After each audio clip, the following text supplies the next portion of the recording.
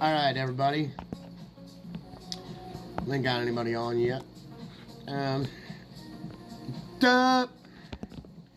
We're fucking back. And yo, yeah, as the title says, y'all, a fucking niglet tried to fucking straight up fucking rip my cameras down, all because she didn't want to get fucking busted for selling fucking pills. Boo fucking who, you fucking cunt bitch whore. So, yeah.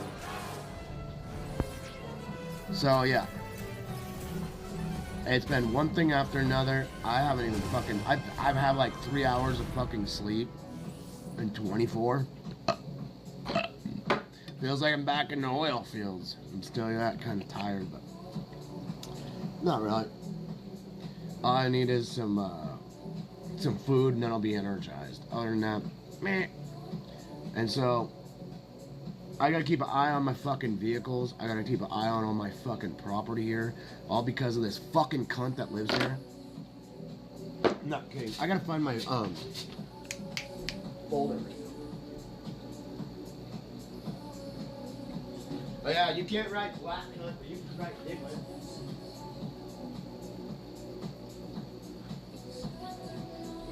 So I'm gonna call her fucking niglet from now on. I'm gonna use the fucking N-word, but I'm gonna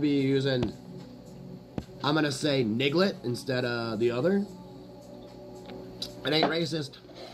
It's fucking niglet. Tried to fucking play fuck around games with me. It literally like, I'm gonna take this notice to vacate. I'm gonna push this on this bitch and go, you need to vacate now. Here. Give him a fucking reason, bitch. So literally, I'm gonna tell this fucking cunt to get the fuck out of here. So, I'm gonna pop on my camera thing. I'm gonna show you guys what the fuck I had to deal with. And this is why I say the word nigga, niglet, nigger. I don't give a fuck. Okay? I don't care. And no one's gonna ever ban me. No one's ever gonna come and fucking do anything to me because I yelled nigger or anything. I have so many black friends, it's not even fucking funny. I'm the guy that has that loud all day long. So, complain against the neighbor and cunt. All it right here. So, we're not private investigators. We're not law enforcement. We do not investigate future possible violations. We cannot provide status updates, follow up, whatever. Yeah, so I have to send all my evidence, boom, right here. And so, literally, let's go and do that shit. And I'm going to show you. So, wait, let me, can I get, can somebody put the link to share my, you know what, fuck this. I'm going to send my shit to Scooby, and I'm going to put this shit in the chat. I'm going to find the fucking, so if I hit copy on my shit here, when I hit copy on my live stream, that's right here, right? My live stream, that's right here, right? My live stream, that's right here, right? My live stream, that's right. So when I copy it, that, it's already on this phone. So check this out. So I gotta fucking text my homie.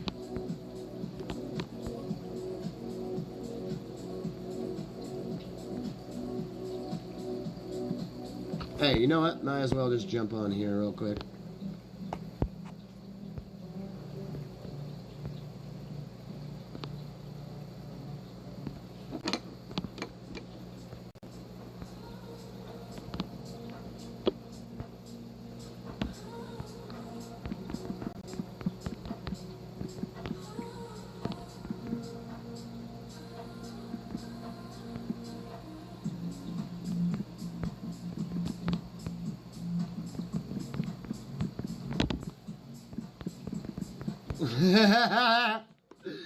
Alright, so I got my homie Scooby.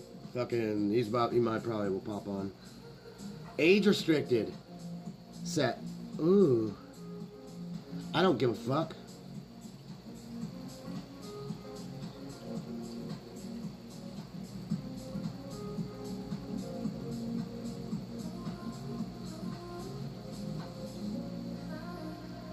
Yeah, go fuck yourself, YouTube. I can call somebody a black cunt. Don't matter. My fucking YouTube studio is like bitching. Age restriction set. No, my age restriction has been set at 18, you dumb fucks. It's not age restricting to call somebody a cunt. Or a black cunt, or a nigger, or a niglet, or whatever the fuck you want to call somebody. Fucking YouTube. Suck my cock, YouTube. So, we'll be waiting for my homie to pop on. But yeah, I'm going to show y'all guys what the fuck happened. Yeah, I got 2 phones, bitch. So, alright. Check this out. We go to the cameras. You always go to that footage, yo. Everybody like that raw footage, right? And we'll get in the game in here in a minute. There's a shit on my fucking front door, right? Everybody can see. And literally, here. Just so all y'all can fucking see what's going on here. So, this is my setup. I can scream at people and shit with the fucking... When I touch this, let me touch that, and then fucking... down here, see those? I can fucking hit those and go, what the fuck are you doing? Got it?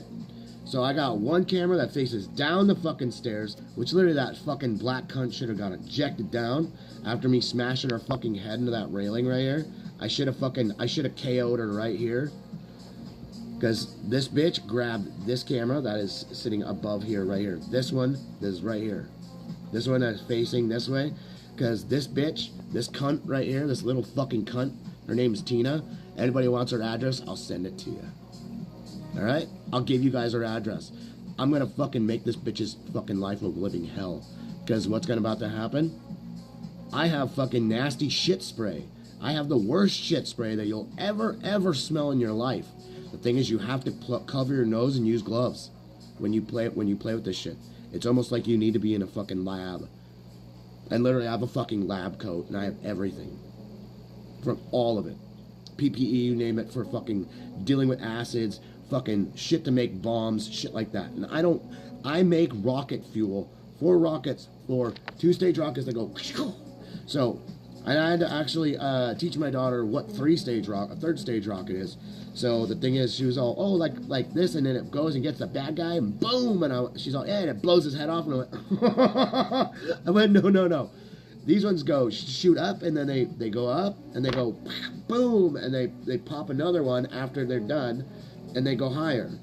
We're looking at a rocket right now that goes like 2,200 feet in the air. I'm not kidding. So, this is one of my many binders of information and shit. But yeah, right here, I'm gonna force this bitch out. I'm gonna make her vacate. And if she doesn't want to, I'm gonna force her to. I don't care. I can make anybody uncomfortable and get them to fucking leave. I got these transsexual fucking people that lived upstairs from me playing all my conservative fucking shit down here, and fuck all the fucking gays and fuck the trannies and all this other shit, and my music. They finally moved. And literally, the fucking boy, or whatever the fuck that fucking thing wants to be with the fucking shitty ass fucking hair growing out of her face, that's another fucking school shooter. I'm not even kidding. So I'm glad they're gone. I'm glad they're not here. They're a bunch of fucking people that have 8 fucking cats. A bunch of crazy, dumb fucking liberal cunts. Literally, they're too stupid to fucking understand. Anyways, so this is what I set up. You see this shit? We got overlapping cameras, what you're supposed to do. That's gold standard. You don't do fucking one on one side and it's done. Then somebody takes it and you're done. I have cameras pointing at cameras. And literally, that's what you're supposed to do. So, and I'm gonna put a fucking strobe that goes back there from the top of here. I'm gonna mount a fucking light, and I'm gonna turn the fucker on, and it's gonna go straight back that corner. And if nobody likes it, I don't care, because I'm gonna fucking screw into the top of this right here. This whole door frame is mine, so I'm gonna screw in a fucking light and I'm pointing it that way, and they can suck dicks. I don't care, and it literally, I'm gonna put a warning up, but light will be on from in the night hours until morning. So I'm gonna put a fucking spotlight a mini spotlight that goes that way because it's not enough fucking light. So that cunt is not gonna like what happens because I'm gonna fucking bright her fucking world up. And not kidding, I have to fucking invoice the place that I live at. So for the shit that I'm going through. And literally, I'm going to invoice them. So, hey, we got one on Facebook, we got one on Twitch. Let's go, come on. So now check this out. So there's my setup, guys, right? So now let's go to our shit. Let's go to our saved files. And they're not even saved. We just go to fucking my door, right? My door fucking thing. But we go to messages. Or we can go, we'll just go Breezeway and I'm gonna show you. Watch this. And this is the thing. I have the right to eliminate the threat. That means I can kill whoever threatens my life. In Washington, you have the right to eliminate the threat. You have the right for mutual combat too. So if somebody wants to fight you, it don't matter if you're a fucking woman or a man. You step the fuck up, I'm gonna drop you like a fucking sack of shit. So let's watch how this cunt comes in at 12:44, right? Dealer. This is a fucking dealer bitch. Ah. This cunt right here. Okay? Look, she stops, grabs some shit out of her bag, pounces on the fucking, pounds on the door.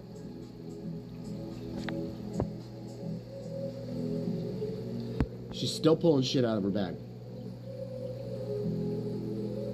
See that?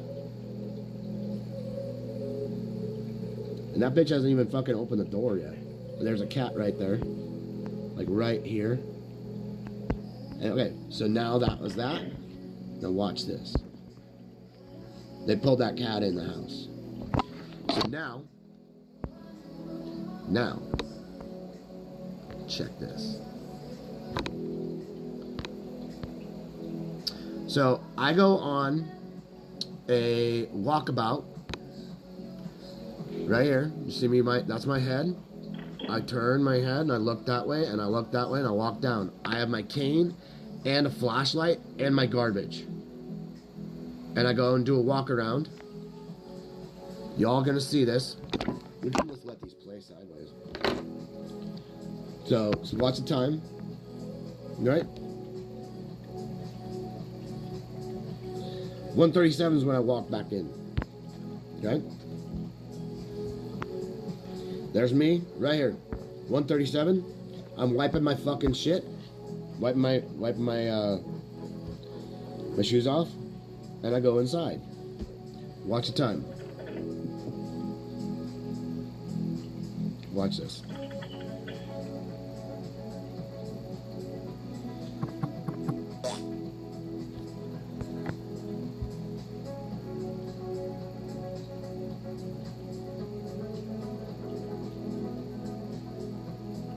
So watch.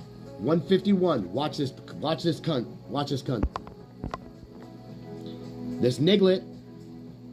Look at this. Watch this. Bitch grabs my shit. And unplugs it and goes to fucking rip the cords out. Watch daddy come. Watch this shit. Because anybody knows me, you fucking fuck with my shit, I'm gonna fucking kill you. And you're gonna get ripped apart. Look, I had to fix my camera. 1:52. Back there. I'm an oil field worker. Get the fuck back away from my house. You touch my shit. That's the second warning. You're on camera touching my shit. I'll call the police and touching my camera. Watch. 3, 2, 1. I'm sitting here. See that? Bitch put her fucking scissors in my face and now she doesn't have anything in her hand. Now she's like, she doesn't even know she doesn't have scissors in her hand.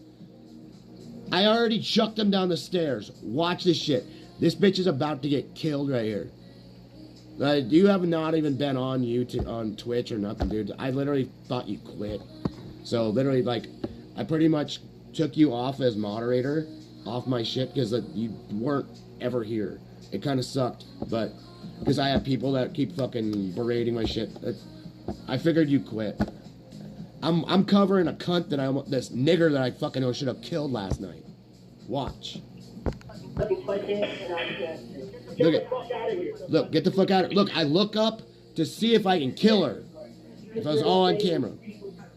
I'm in my underwear.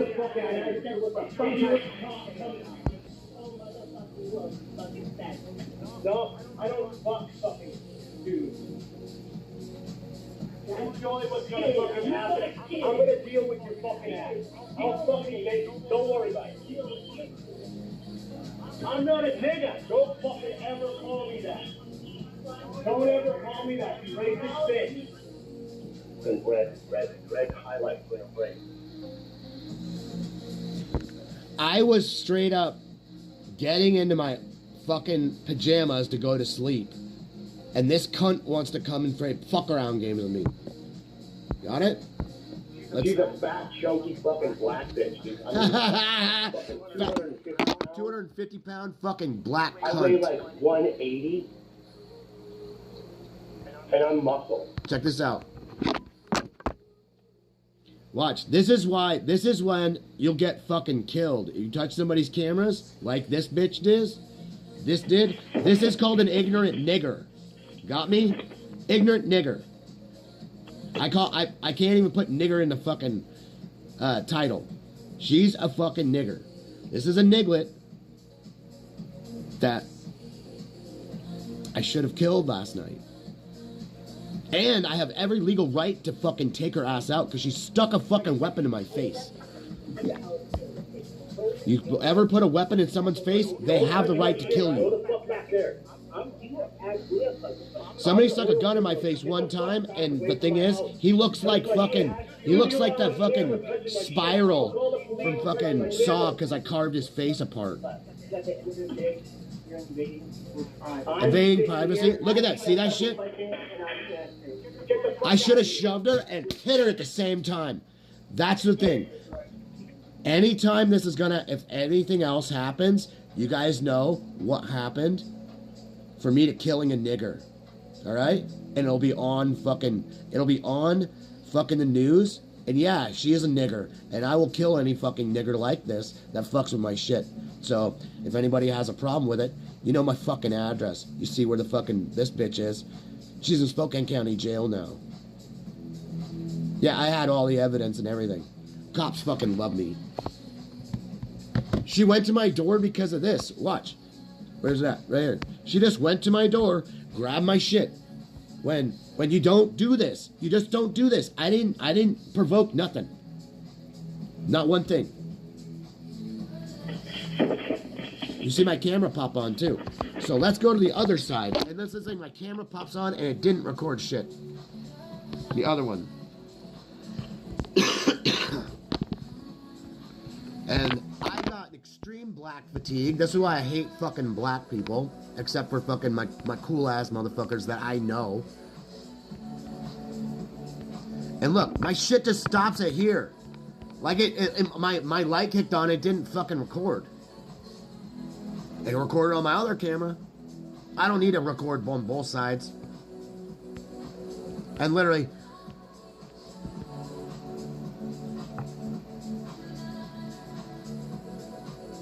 yeah, look, cops. They love my fucking shit. They love my shit, dude. They love my shit. So, let's go and see over here. No, I didn't quit. I'm just slowing down because I just don't even care about. I did all the shit.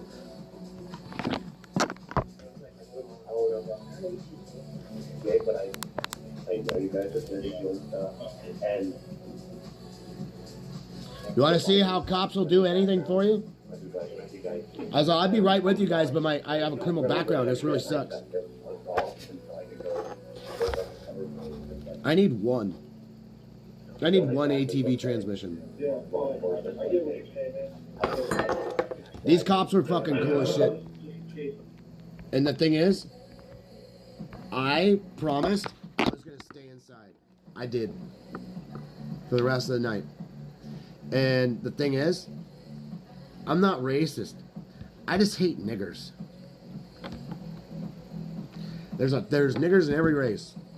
And it just seems like these dumb fucking bitches, these drug addicts, won't stop. And the thing is, it don't even matter. You just log in to grab stuff.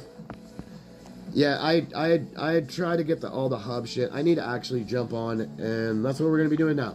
So now, everybody, we're done calling that niglet a niglet. We're gonna get to the fucking grind.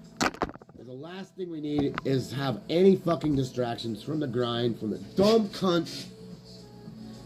And yeah, she's a fucking cunt.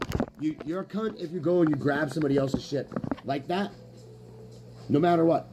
And if she feels like she wants to bring somebody, I have an arsenal for their ass. I've got fucking tons of ash. I got tons of shit that these motherfuckers ain't gonna be able to see. Because I'm gonna blind all of them. I'll cut their fucking eyes out too. I'll just take one eye out. Eye for an eye. And literally. Nice. Yeah, mine aren't. I've been grinding all my shit. My shit would be maxed out too if I had my old account. But can't have everything in the world.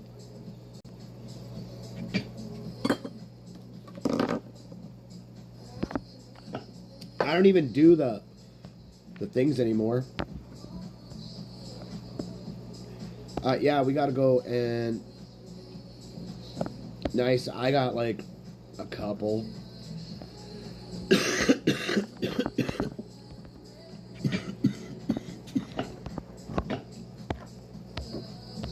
I've had a sinus infection for a few days. Literally, like I changed my neighbor's. I helped change my neighbor's alternator and helped save her like $1,800.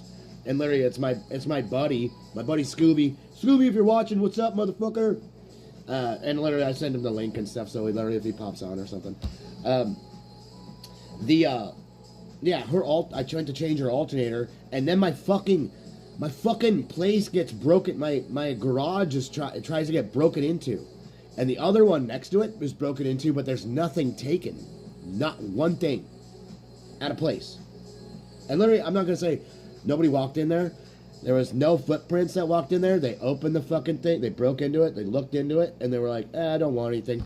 There's a giant shop vac in the fucking front of it, a brand new one that is probably like a $200 fucking shop vac just chilling. I was like, wait. I went, that's a reversal fucking 20 quart? I went, oh my god. I already know how much the fucking Milwaukee fucking shop vac costs. I went, they didn't grab that. They destroyed mine, my handle, all that shit. I can't even get in my fucking my garage to take my little girl's shit out. So literally, this black cunt, the niglet, whatever you want to call it. Let's just call her the niglet, okay? Because I don't know her fucking name. She's a niglet, and I can't wait to fucking serve her ass up. And the thing is, I've beat up 5 different women in my life. 5. Nice. I've kicked the shit out of 5 different women that wanted to fucking throw hands with a man. Don't throw hands with an oil field worker. Ever. And the thing is, I warned that bitch over and over. She doesn't want my wrath. I will put it to her whole fucking family.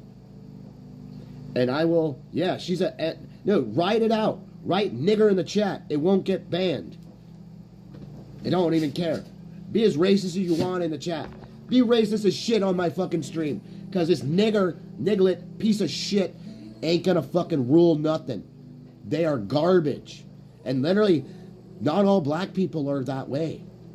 I have tons. I'm not racist, but I have tons of black friends that hate niggers. All right? If I go and put on David, if I go show you me and David Lucas talking, you're gonna go, what the fuck? No way. So I'm chatting and I'm buddies with David Lucas, the guy that fucking got canceled for his George Floyd joke of fucking kneeling on his neck like for another 10 minutes. So literally, George Floyd was a nigger. When you go to fucking past counterfeit bills and you go rob fucking people of their shit and you hold a gun to a fucking pregnant lady's belly and shit while your people are robbing her fucking house, yeah, that nigger needed to die. Whoop-de-fucking-do. Oh, shit. Trash in every race. All needs to be taken out. Alright? And that's the thing. Trash in every race. I ain't trash. I'm a dad and I take care of my daughter because of a fucking cunt didn't fucking want to be here. Or and just abandon her kid. And the fucking husband that she should have had. So, I've got tons of fucking... You should see my fucking arms. My arms are so crazy. My arms were so fucking like... Dude, my arms were fucking like veined out to the max. You could see my blue veins in my chest all the way down my stomach and shit. I was fucking pissed. And when you look at those videos, I'm in my underwear. I was outside in my underwear. Think I care about fucking cold? Cold isn't nothing to me. Negative 65 is a fucking cakewalk. What kind of pic? What, me in my underwear? You fucking sicko. No, I'm just kidding. You ain't seeing me in my underwear. Where the fuck did I walk to? Alright, what do we get here? Oh, I need that. So, I'm not racist, and the thing is, I can't be racist because I've fucked every type of woman in the world. Every fucking type, I've stuck my dick in them. Oh, and I was jacked? Kinda. I never really got into taking like all like, like my arms are crazy. My arms are fucking solid. So, like, this is what it is, man. And so, I'm oil field. I throw pipe. I used to throw fucking 1,000-pound stands of pipe. A stand is 2 pieces of pipe that are connected. And they're like 30 to 35 feet per pipe. And when they're connected and you sit back and throw them every 30 seconds for 16 hours, every fucking day, my whole upper body is so crazy, I can sit here and do dips for an hour and not be fucking fucked with. It's crazy as shit. People go, dude, what are you doing? I just sit there and start doing dips in front of them. I'm just bored. I'll start doing dips and my fucking... I'm literally not... I'm not jacked. I'm not jacked at all. I ain't fat either. So, I'm straight up solid fucking muscle. I just don't have my fucking pecs back. My pecs used to be up here. I don't like having tits. And that's one of the things too. Most people that work out, they're gonna have fucking saggy tits when they get old. I'm fucking 44. And I got no sag, no nothing. And my face is getting thinner because my fat's going away. And I'm like 180 pounds. And I'm solid fucking muscle. I'm not jacked. I'm fucking solid muscle. My thighs are half my weight of my body. My thighs are so big. I've got 24-inch thighs. Actually, I think they're bigger than my chain that I had. It was 26. So, I don't have 26s here. Like, I got like 15s here. So, and I'm not gonna be like I rep 90 on the fucking lat machine. I rep 20 fucking sets of 90 each side. I'm not a giant, but if you go try to do if you try to do a set of fucking 20 of 90, you'll start screaming after 10. Let's just take that one off. And literally, most people can't even hang. I can be on a bike for like 4 hours. On an exercise bike if I felt like it, but I don't do that stupid shit. I'll go and I'll ride it. I'll go ride a bike for like maybe like 20 minutes, watch a Rick and Morty episode that's like 23 minutes long, and I'll watch the whole episode, and I'll look down and I'll go, fuck, look at that, 15 miles and like fucking like, dude, doing 15 miles in less than 30 fucking minutes is crazy. And that's nuts. I'm a hardcore skater. I used to go skateboard for fucking 20 hours a day. I literally would pass out and go, oh, I want to go skate somewhere. And I would skate all hours of the day. All hours of the fucking day. Everybody from up in Sandpoint, hey, any of my Facebook people that are on here, pop in, chime in, jump over on to Twitch, and it's Lucas Gamer Dad. That's where I'm at. On YouTube, it's Lou Guru the One. I am the one.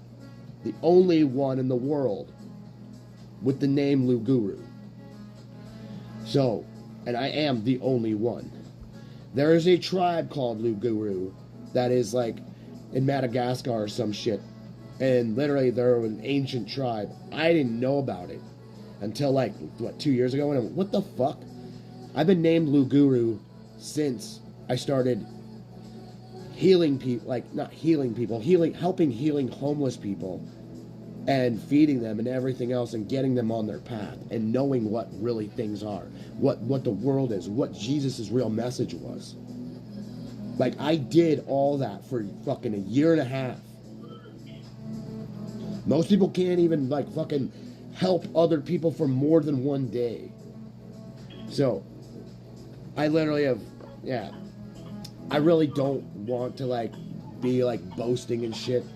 It's just me. You know, I'm me, and that's it. I love fucking, the only thing that I love more than anything in the world is my child. And I'm a dad, and the main reason for me being hardcore, and extremely hardcore as I am now, is I have to make sure my daughter is safe in this shithole of a world that no one even cares, except for this guy and those Spokane police, because they're like, yeah, you were in your right to you could have done some damage to her. I went, yeah. I was all, you guys have seen my record, right? And I was all, you see how many calls I've made and how many fights I've been in? They're like, well, yeah, we've seen. He's all, yeah, we were kind of like iffy on coming over and this now. You don't have to worry about me. I was, I'm a dad. I'm very protective. And this is the thing. I went, dude, I just stopped paying for my cameras in my house. Like, stop paying the subscription thing so I don't have to record everything. So I don't need to have all this shit like happen or worry about it. Or I'm thinking something's going to happen, so I got to make sure all this shit. I gave it up. Imagine somebody with a paranoia disorder. I don't need it for another day. Do you need it? It's 5572.7. That's from yesterday. And you have to apologize. Yuck. I have to apologize because I have a sinus infection. I'm trying to get over it right now. It's literally on the back end. So now I'm just kicking all the rest of this shit out. So if there's a big chunk that comes out, I'm gonna have to take care of it. I hacked up about a half a cup of crazy shit out of my lungs today because I literally have a humidifier.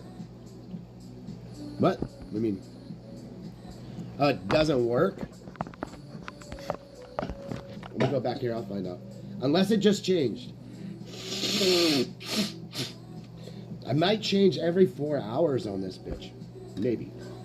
Or every 4 hours. Every day at 4 o'clock, I believe. Yeah, I still didn't have anybody join my clan, no nothing.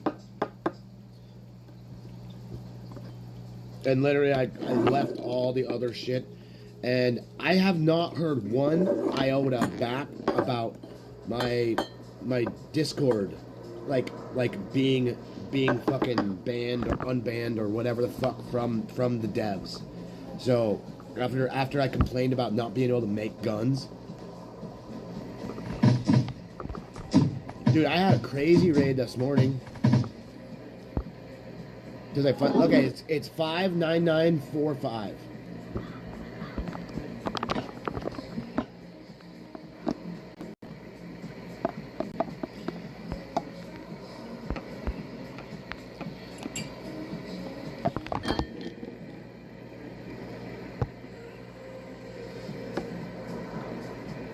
So, yeah.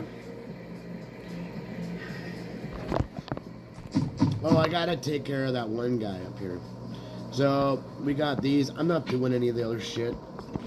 We'll go do get Kowalski. We gotta make these cunts. I can't. Oh, we got enough to make them too. Watch this.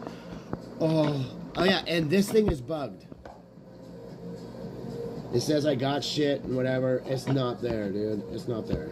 Fishing tournament, VIP marathon, the lab's coming back, so I won't do any of the lab shit because I want carbon composite. So we're gonna be waiting for the lab. Supply. I guess we'll do a little bit of hard mode. I guess. I took out Bunker Bravo when we had the Bravo shit. I took out the bunker 3 times.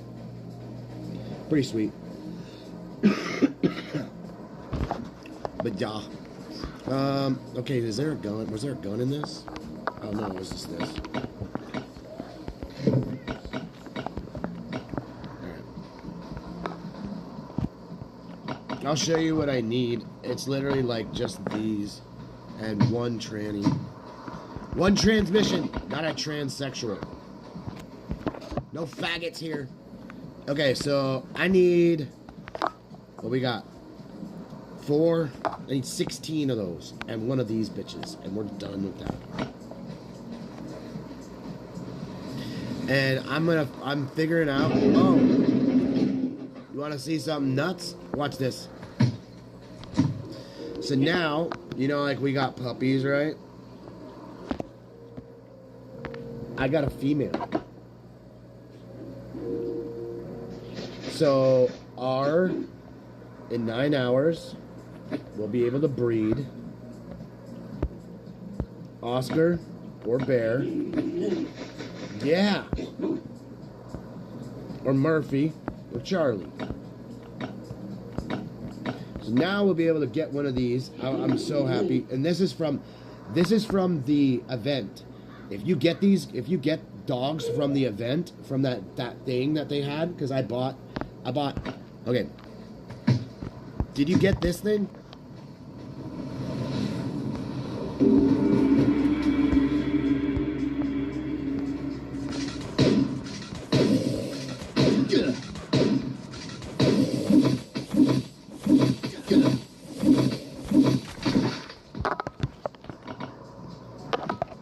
Oh, you didn't do that one? That event was actually, dude, since I was sick, I had this weird fucking crazy sinus headache, and dude, I couldn't barely see and shit for like 2 days. So from like the end of Thursday to the beginning of fucking Saturday, like I could barely see. I didn't even go outside. I didn't do shit. I literally like closed everything off. I baked my house, and I just fucking, I lathered myself in like fucking what do you call it, Vicks Vapor Rub, and slept next to. How about I just show you? All right.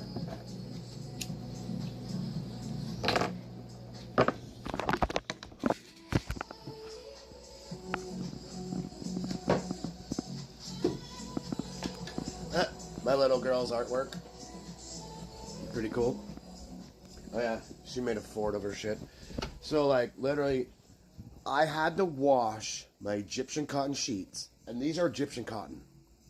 Like this one is, you can see the sheen on it.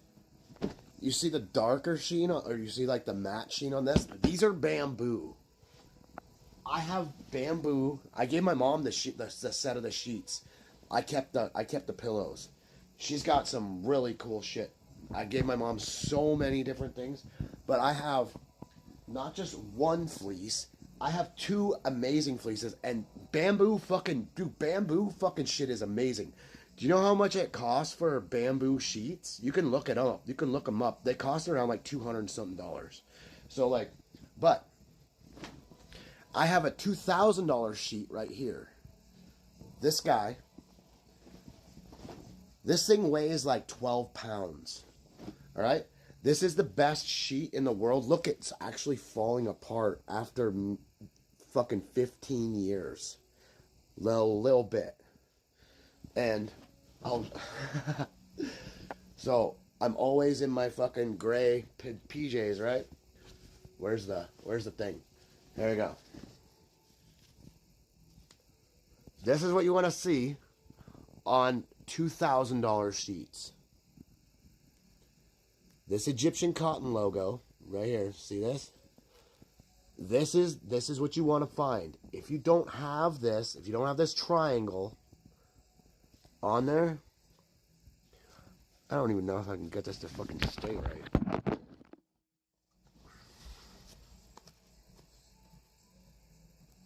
See, it says 100% Egyptian cotton.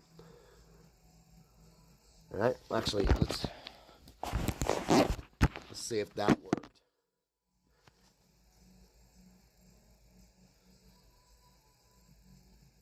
Just imagine my fucking sheets cost more than some people's rent in like New York City. So, and the thing is, since my legs don't fucking work the way that I need them to, I'm going to be in bed for half my life. And you're already in bed for half your life in the first place. So why not be in comfort and in luxury? All right? That's my main thing. And my dad owned a gay nightclub. I was a fucking millionaire. So the thing is, why don't I have really nice shit? Oh yeah, there's Gizmo. And also, where's my teddy bear? Yes, and I do have a teddy bear. See this guy? This is a gun bear. This is my gun bear from when I was born. I have my dad's gun bear too that cost like $20,000 from 1950 from Germany. But yeah, as you can see, that's a Vicks Vapor Rub.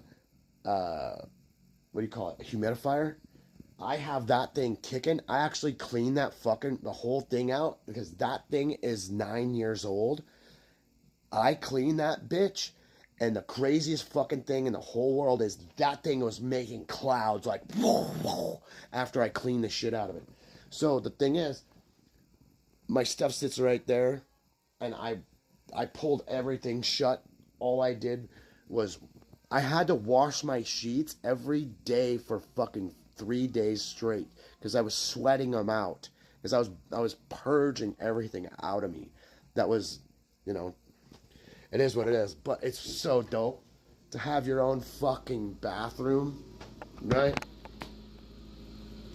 My own bathroom. And yeah, my motherfucking bathroom is clean, yo. Like, my whole fucking shit is clean. And also, geniuses don't fucking make their beds. I ain't fucking some retard like fucking Mr. Peterson. I actually will kick my bedding this way when I wake up, so all this stuff dries out. That's the thing. If you make your bed right after you get in it, after you get out of it, you know how gross it is? Because you sweat all night long and you don't even know. And most people don't even know that you shed. You shed like a dog sheds. But the thing is, we shed from our epidermal layers, not just our fucking hair, right? And literally, I asked my little girl if I can grow it out. She's like, just don't have it long. Okay, fine. So I'm gonna have my shit fucking. Usually my shit's all fucking. When it's like this, I'm gelled out. So yeah, I have fucking. Oh yeah, this is a brand new mattress too that I've only slept on maybe 50 times, maybe in like 3 years. Not kidding. I usually sleep on the floor because I'd rather sleep on the floor, and my back is just straight. So it is what it is. But yeah, I got 2 fucking bathrooms. I have some mirrors, but no mirrors that point at my bed, or any of that. So most of the time you don't want mirrors in your bedroom because this is a portal. Straight up fucking portal. Alright? Most people don't even understand it. Like, I've got real fucking nice mirrors. I turn it around. There's one here. Another mirror here. Another mirror here. Oh, almost ripped down that stuff. But yeah. So, that's just an illusion trick to make it look a little bit bigger. And so, yeah. Oh yeah, check it out. My pumpkin is still fucking good. How can I have a pumpkin and it's not September? I bought this in September. This fucking pumpkin I bought in September.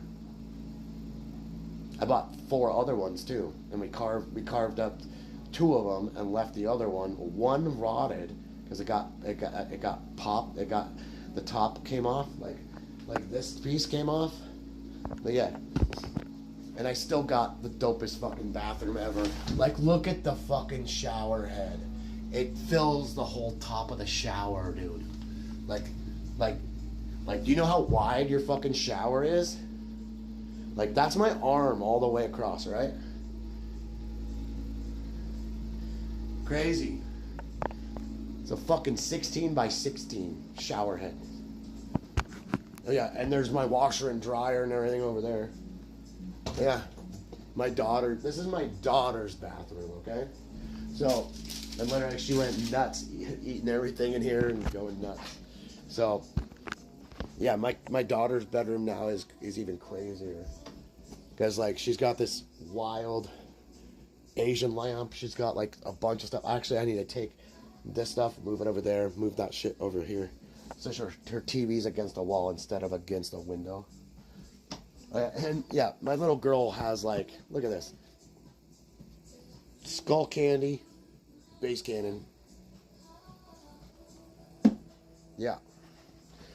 But it is what it is. I don't like bragging. I don't like anything. I take care of my shit. And literally, like, look, my dishwasher's open, and those are all fucking clean dishes that are dripping dry.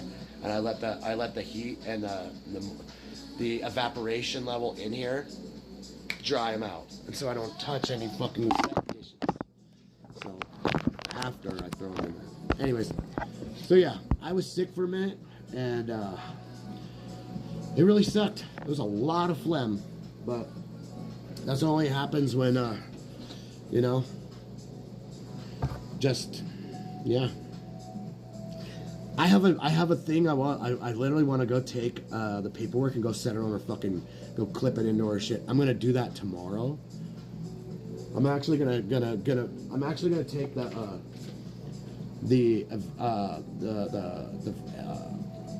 vacate fucking premises fucking paperwork. I'm gonna go copy it at the library. I'm gonna make a couple copies of it, so I'm gonna staple them back together, and then I'll post them on her fucking door and be like, fill it out. I'm gonna force you to fucking leave. Because if you don't want to leave, I'm gonna make you leave. And that's the thing.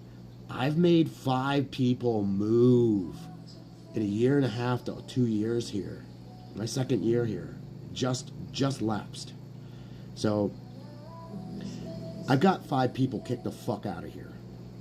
So what's another one?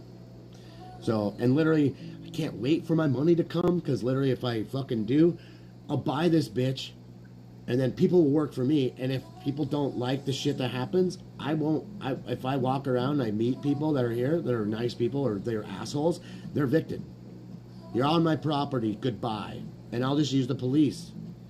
Like, yeah, the property was sold, sorry, the management should have told you, but I'm management now, and you all have to come and give me money. Kind of nuts, right? So the thing is, I have like 5 different fucking suits just out of this shithole city. And that's not for me to be like, oh, I'm gonna fucking retire because of that. I'm already retired. I retired when I was 32. Yeah, 32 years old and I fucking retired. So most people can't even fucking, most people that are like fucking 80, shit like that. Most people that are fucking out there doing shit, they actually don't even know that what they're doing is just they're not in careers. Literally, if you were in a career, you'd be able to get into a position where you can fucking retire immediately if you felt like it. You just got to be smarter than everybody else.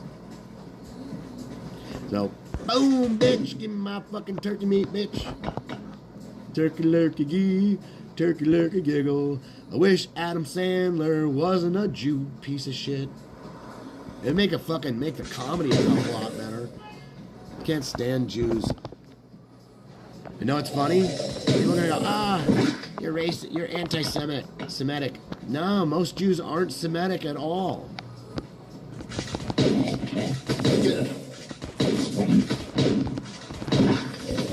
So that's the thing about Jews, they're not Semitic at all. They killed Jesus. They're not, this is why they're not God's chosen people. You wanna know something crazy? Check this out. Jews aren't God's chosen people at all. God turned his back on them. You know why?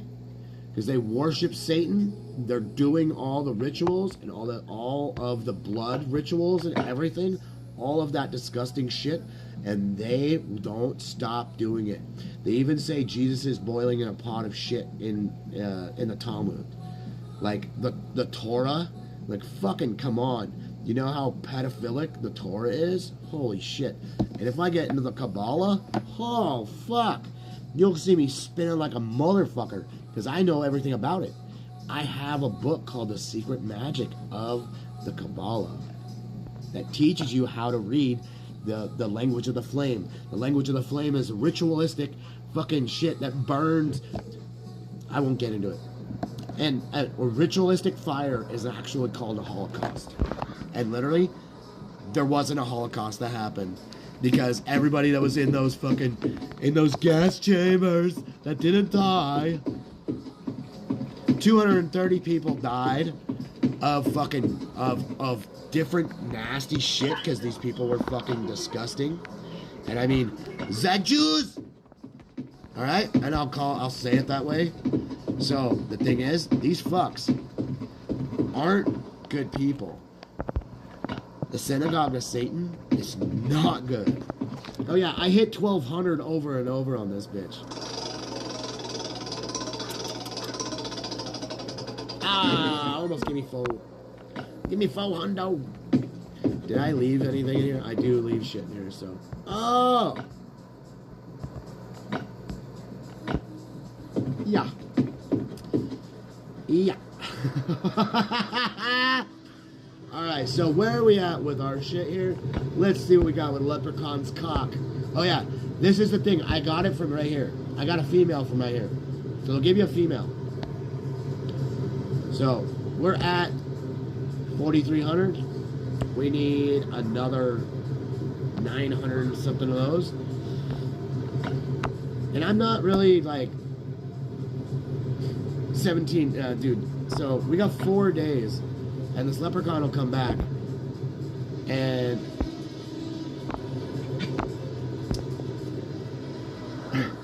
so you can get I think like 2,000 a day.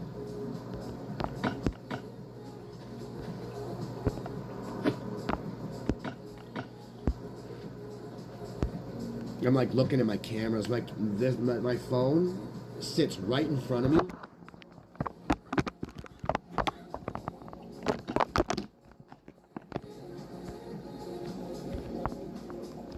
So my camera is like right here, right? I can kind of see it from the reflection, but yeah, that's where my phone sits, like right there. And my stand is right there, so my phone is behind the stand, usually, like off to the side here. So when it hangs off to like right here, I don't know if you can see that. Okay, so on my stand here, it'll hang off to the side, so I'll lean over. But that's the only reason why I'm like going like this. I also have no fear of anything, so no one can fucking scare me. Somebody grabs my shit, they better know that they're going to fucking get fucked up. I don't have a fuse. I have 0 fuse. And that's the funniest thing, because people go, wait, you need to like calm down, this and that. Like, dude, I have no fucking fuse. Don't tell me to calm down when I don't need to calm down. When I'm speaking about something that I'm passionate about, and if I'm fucking pissed, then I'm gonna fucking let people know it. I'm gonna talk, and people don't like me talking. I don't give a fuck about your feelings, because facts don't fucking matter to your feelings or your fucking consciousness. Because literally, people are fucking idiots. They're like, you know, there's too many people that are out there like thinking they're like Ian fucking Crossland, like fucking retarded, fucking like the energy's out there. And when I do this and you do that and you do this and you do that, and like you're like, dude, you're fucking so spun out in your own mind that you confuse yourself. And this is why people fucking like seeing that. They like people seeing fucking his retarded ass like go off about consciousness and energy. And literally, he doesn't even understand what he's talking about half the time. Like he has like some type of an idea, but he doesn't grasp the concepts. So in there's Buddhist concepts. It's called the 4 precepts. And the thing is, you're supposed to follow them. I follow them to a T. The thing is, I didn't put my hands on that girl. And the thing is, I felt rage that I was going to kill her. I already knew that I was going to kill her, so I did not engage. Because I saw her dead already on the ground. I already saw the future what I was going to do to this person. And I stopped. Oh, shit. That sucks. I always try to keep my phone on the... Dude, when I had to drop most of my fucking FPS on this so it'll stay up. I had to like turn off the audio for this shit. So we just kill her. Oh yeah, 43 clovers. Give me that C. Give me that C4. Oh, all right. So now.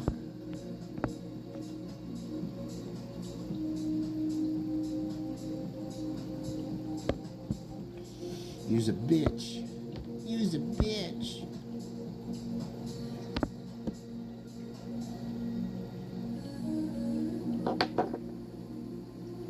I can't even see. I can't do that because I can't. All right, it's either one of the 2 up top or one of this one. Hey, grenade launcher. Oh, dude. Do you only need 1 like I do?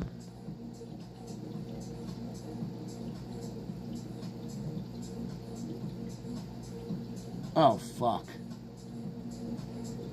Do you want to know where I got them at? I got some at Bunker Bravo. I got 2 at Bunker Bravo on the 4th floor. It gave me what was it, like 6 batteries from all of the fucking the 3 chests. That's how I got them. Bunker Bravo is where I was getting the ATV transmission. It'd be really cool if they had it in the sewers.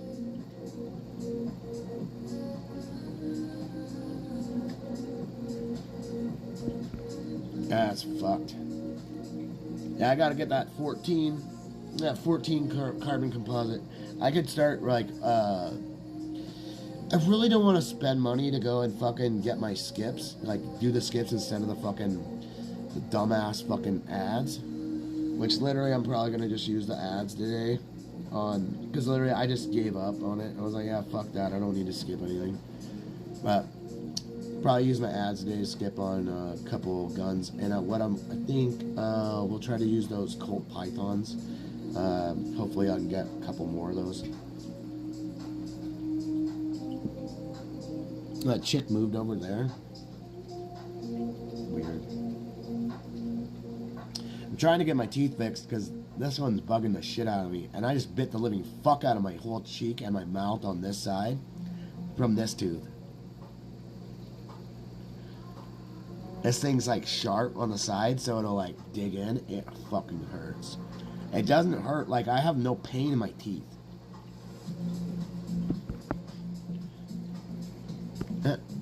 Melee.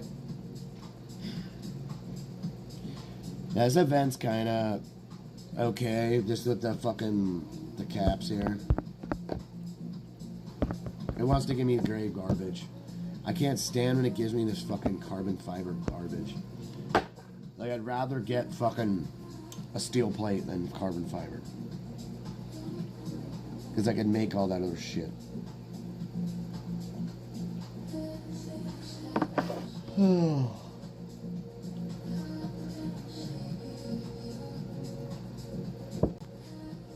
And they just restarted the fucking VIP thing, so which really, like, I had, like...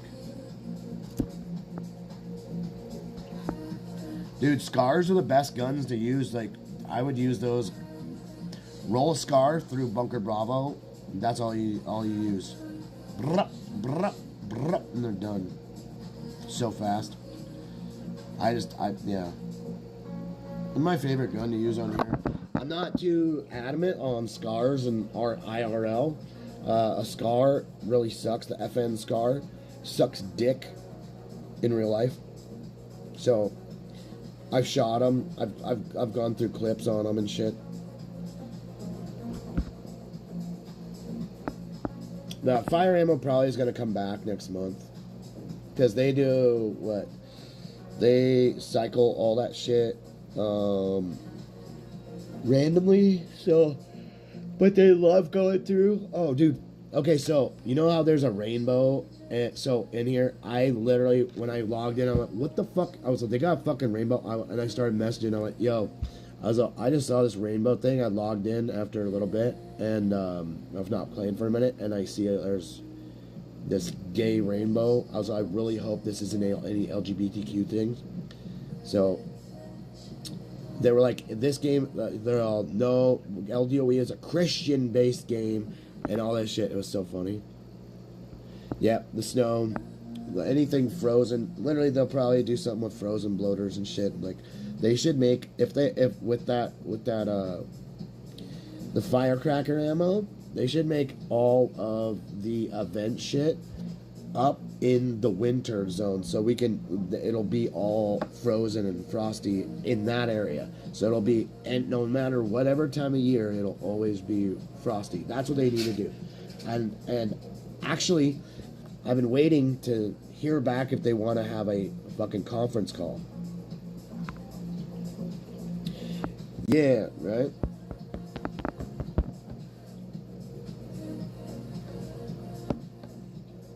I get some boots! So, they already took all my designs for the Kukuri and all the other machetes and shit, so...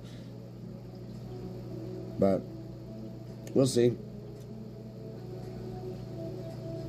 I would like to make it so we would have that, any type of event could be the winter, any event they could be doing, like for a new one, could be up in the winter thing, so we can kill winter zombies or kill the special zombies with that shit. The skins and stuff for guns, they already have, well, we have skins for, we don't have skins for our dogs, right? And if they start selling that stuff, then I don't know how much the microtransactions how they would, like, you know, like, fair and differ, but like but only for events. Yeah.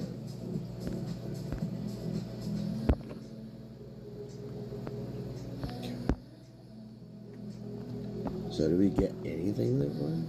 Leprechaun luck. Okay, so we're 300 away from that, and then Luck-O-Matic. Let's go get our food here.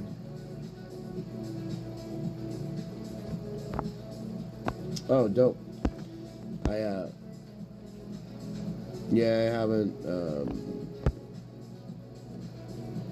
I saw it for sale for like $39.99, and then it just disappeared. I was like, fuckers. So, kind of boned.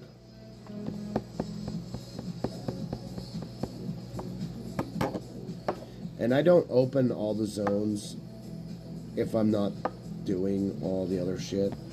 Like, I won't do motel if I don't need to.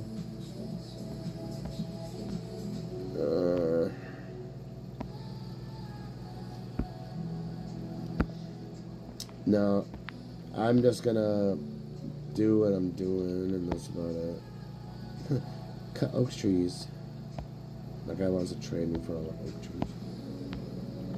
So we need to wait. I can't believe my so my Raiders task shit. Man, I regret every penny I've ever spent on any game. So, like, it kind of sucks sometimes, but then you have tons of other stuff, and you're like, hey, sometimes you can sell your account too if you have tons of shit. I mean, like, if everything's maxed and you sell all your stuff's open, like all over here, and like, you know, I mean, you name it. Alright, so what we gonna do here? Okay, I looted this, and I looted that, and I didn't do that.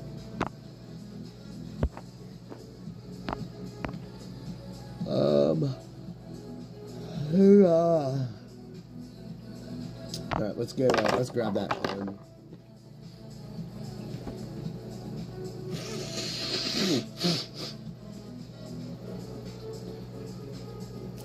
I think I'm gonna print up some, like, fake eviction notices and post them on that cunt's door.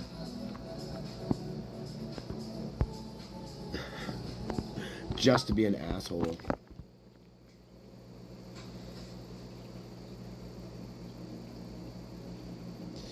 Yikes. Yeah, your inbox needs to be completely maxed, or needs to be fucking full. The thing is, you know what thing is weird about the inboxes on this side? They don't expire. On the other side, they expire after 30 days. So, like,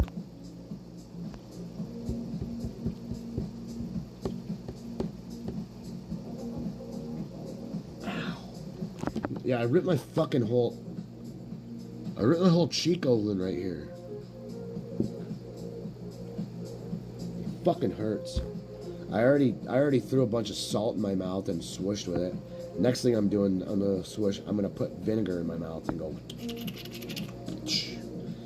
Not kidding. I usually brush my teeth with hydrogen peroxide. People go, wait, what? This is how you don't destroy your teeth. If you use regular toothpaste, you destroy your teeth. It destroys when you're brushing. It'll tear down the enamel. So, me being lied to for fucking most of my life.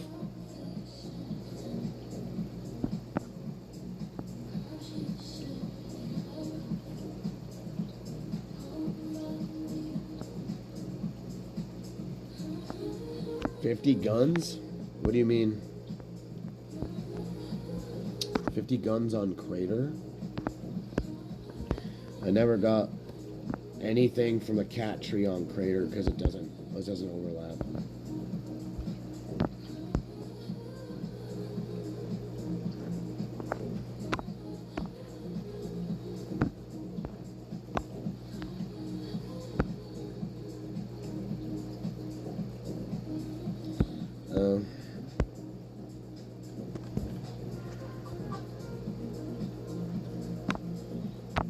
Oh shit, I forgot to put this back up.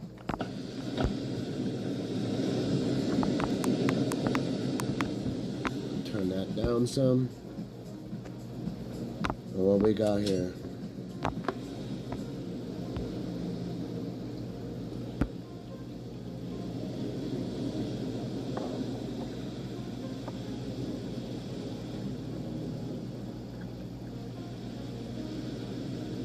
The cat gave you, I'm trying to understand, like, LDOE gave you guys a partnership? How? Must be somebody that actually knows somebody in Serbia. That's the only way.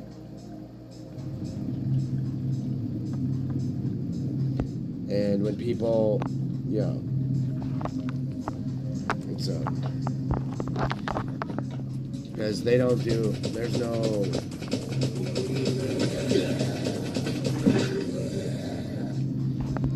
Yeah, kind of weird. I quit my clan because the people are fucking not online when they should be. And literally, like, the main guy in the clan that literally took over the clan for somebody that, like, you know, took off and never logged back in.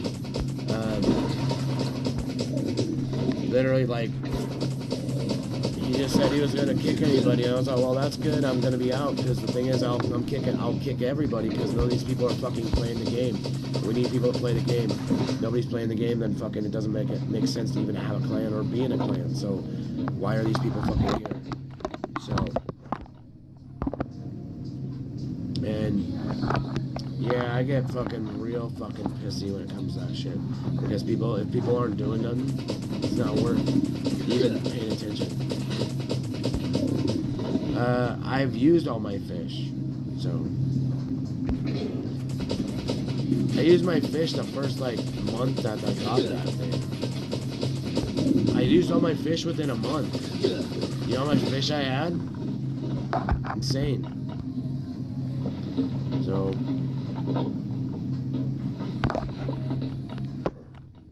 I had so much fucking fish, it was crazy.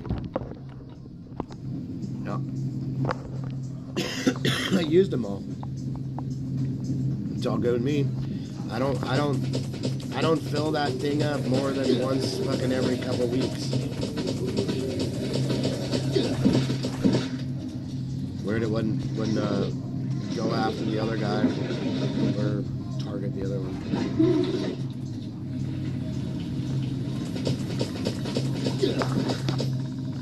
We're on level 117.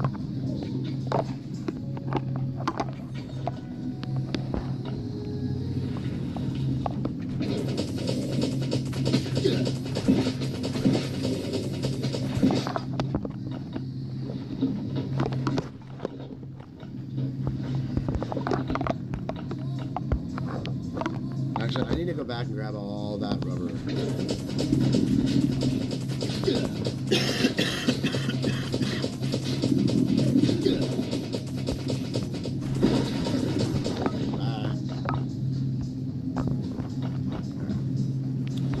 So, yeah.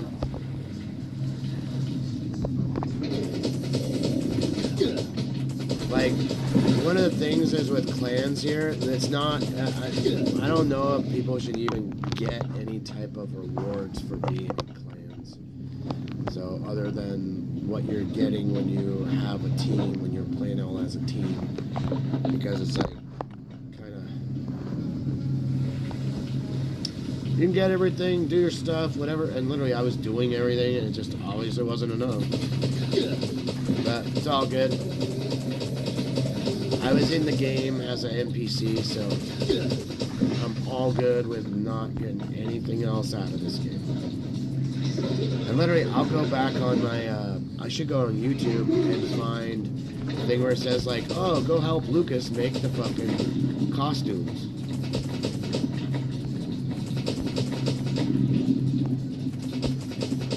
I can't stand auto mode unless I'm doing grinding. Oh, I could have just died right there. Like, I'll hit this thing, and I'm like, oops. So...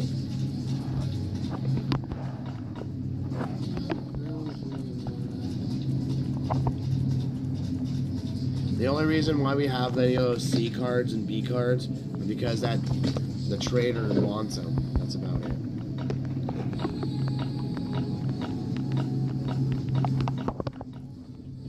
Go pup. Which side?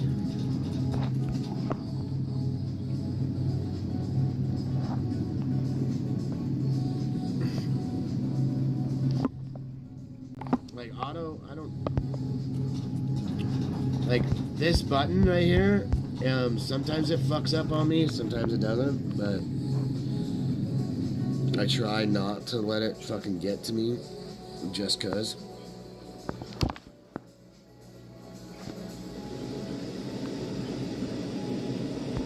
Go.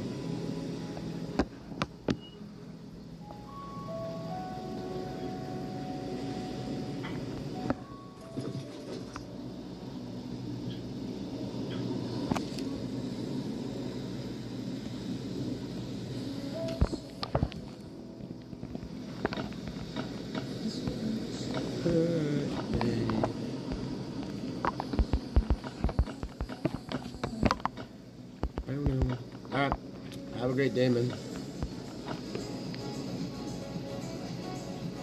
Sometimes it's not working. Sometimes you can just like you can relog, and then that'll come. I have a couple bugs that keep happening, and so like sometimes it'll just like make me relog. It's definitely a bitch.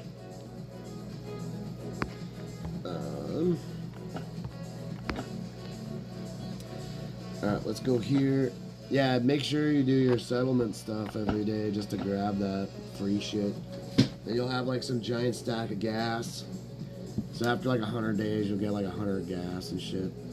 And literally, I'm not gonna spin any of my guys or my things for the for the van.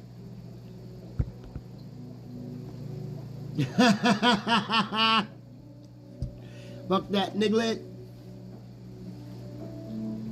Oh yeah, and my fucking slider glass door is open, so every time I yell nigger or niglet or something shit like that, it travels out there. And literally I can hear my audio outside. If I'm outside, it's fucking funny. I was like, oh shit, that is loud. So fucking funny, dude. So, go figure. Well, you want me to put some more food in there for you? I need to dump some more water in that bitch. I know that for a fact. My turtle's looking at me like, are you gonna what are you gonna do? You gonna give me some food? Titles. Ooh, give me those.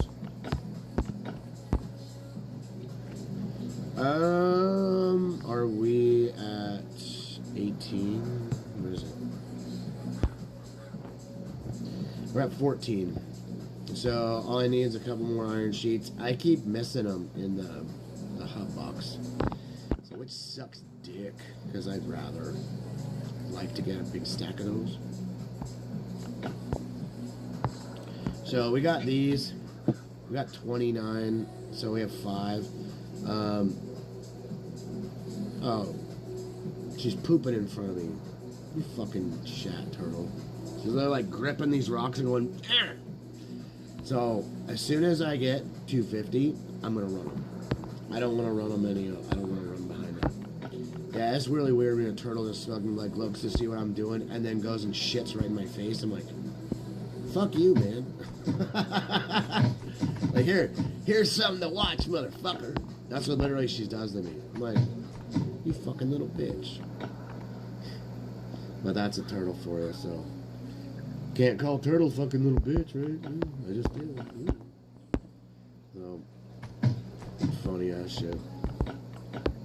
Turtle loves fucking shitting all over everything. And it don't really care. It's fucking hanging out in its own turds.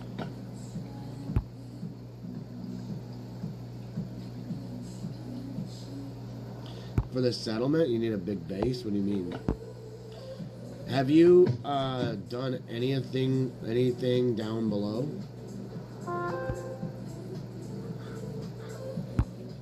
Oh, well, to get all the other stuff, it's definitely going to take a while.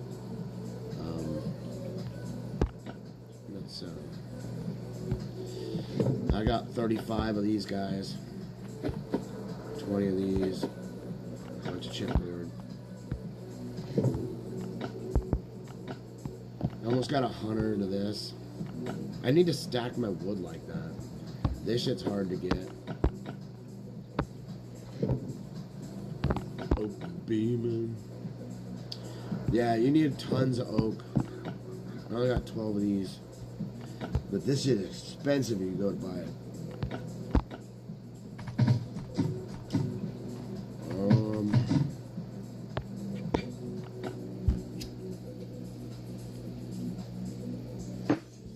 I don't know why I left the sewers.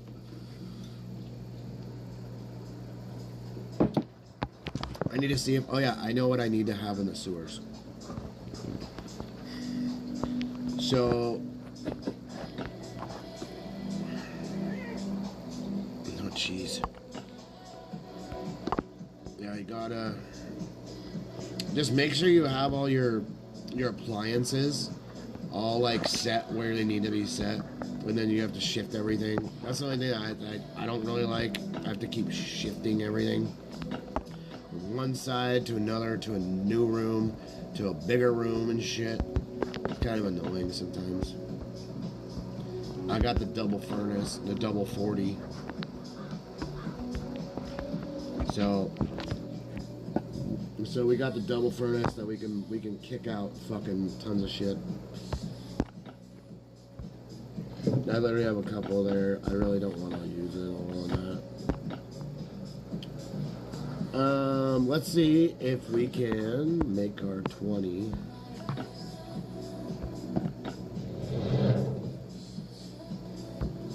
What?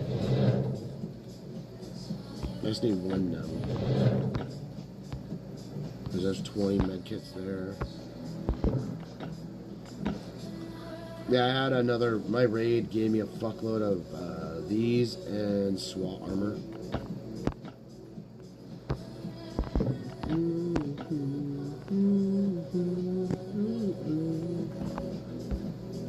Okay, let's get this out of my face. Is there pumps in here? Did I put the pumps in? Oh yeah, check this out. We got like 27.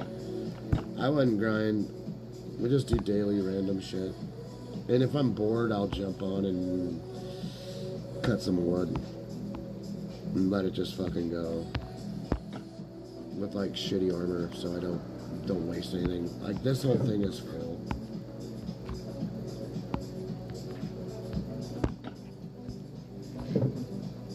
And there's all my Kevlar and my radiation.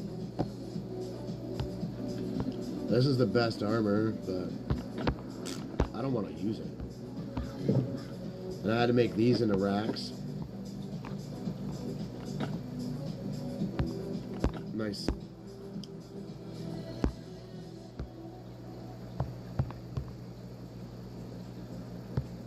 Wild. Yeah, I thought about getting another one of these guys. I wish we could fucking get an upgrade so it'll fucking, yeah.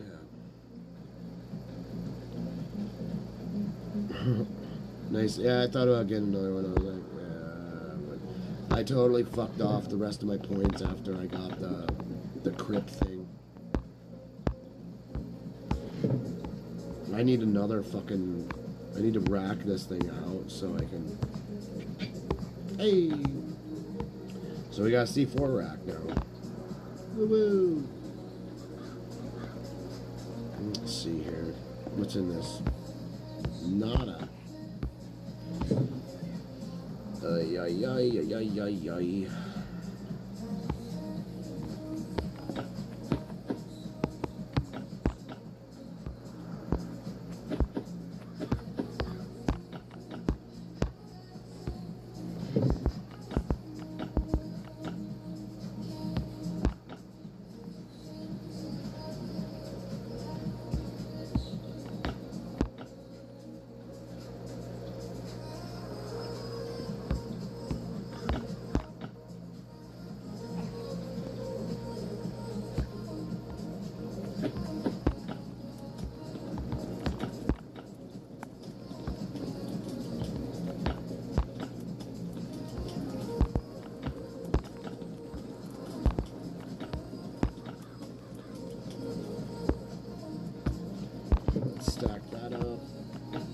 Yeah, I don't even burn most of the shit anymore. I'm just like collecting some stuff, but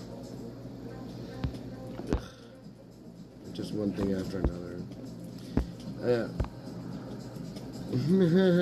She comes back, I'll be filming and fucking up this bitch like no other. It's gonna be so fun.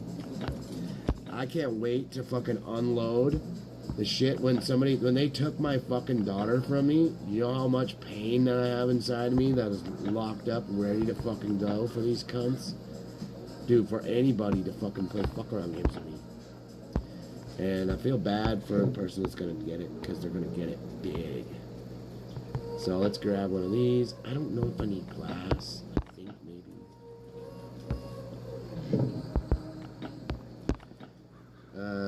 You know that there's something underneath the laboratory, right?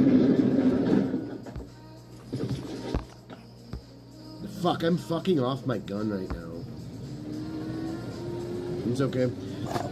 We don't need that much time in the fucking hard mode with it.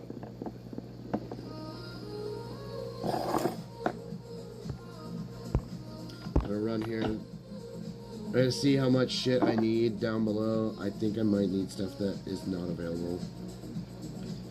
Except for if you buy like the whole thing for like $200, because this opens up a whole nother level to the game. Let's go.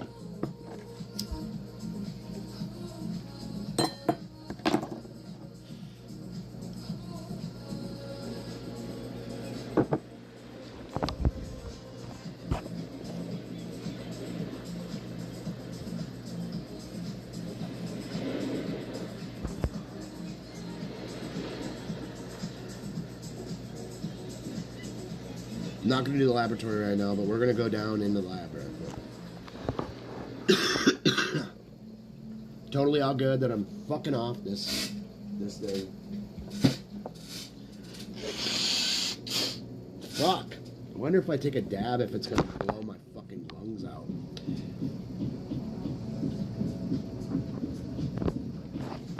Level 3.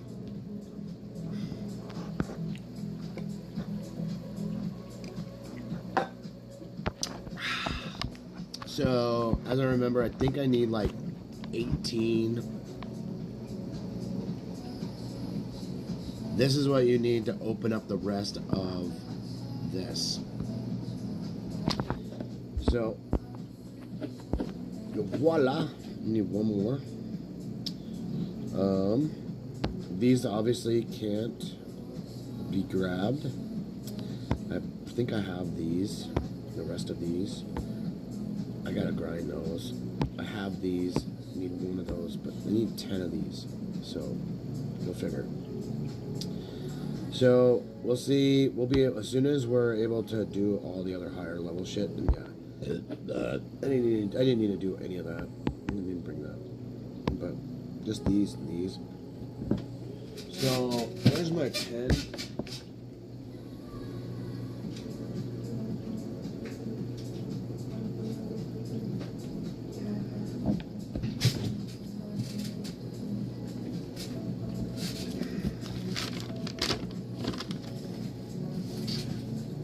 So I need energy cells,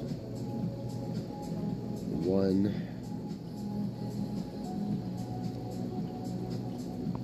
tech, and 30 hydro. And literally, when you open this trolley, you get to go and go down here. This all opens up.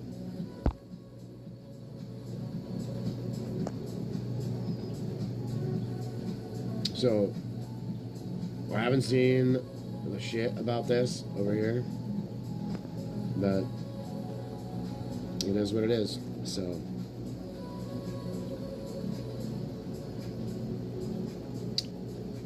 we'll get this thing completed.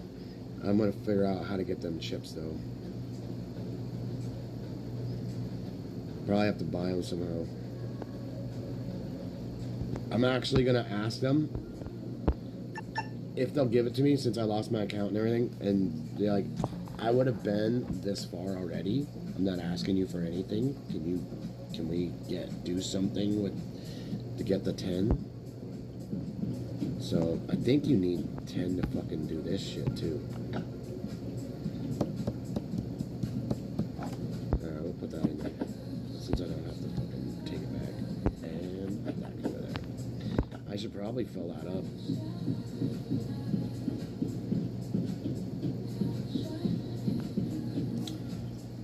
Yeah, I got like 35 or 40 something of those. 26 of B, and I think I have like 43 or 42 of the A tickets. So. And I got a bunch of guns at the bunker already. Hurrah. So, all I needed was these. Drop this in there because I don't need that and that. And this.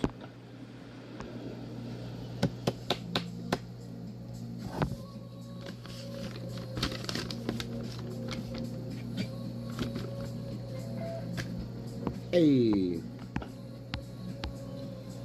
50 minutes on that bitch. Killer. Drive this far.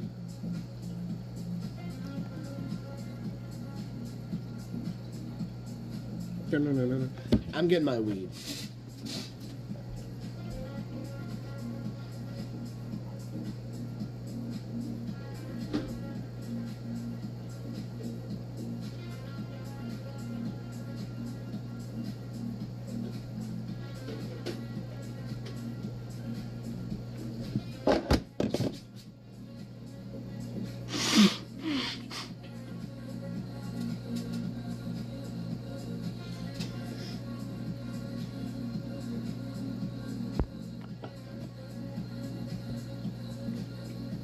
Just glad my equilibrium's not fucked up. I literally could have been fucked up last night if I would have like fought that girl and my equilibrium's all off or something.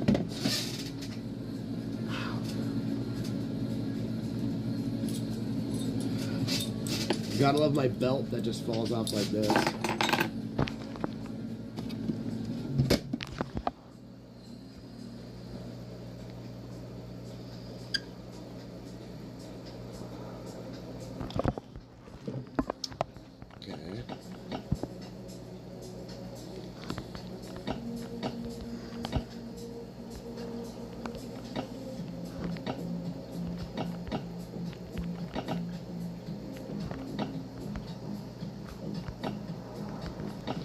Alright, so we got 3 red dots. Give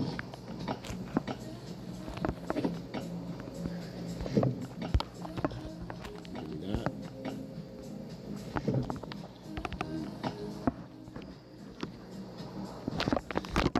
Alright, my phone's gonna die. Let me plug that in on my shit here. Actually, let's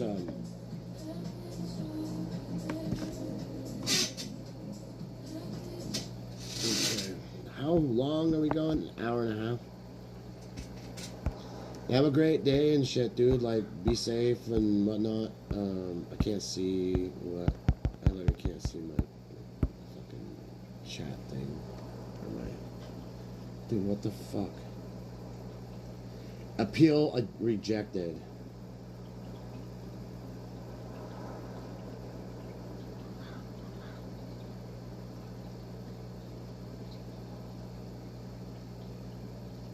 Shut the fuck up, dude. Oh my god.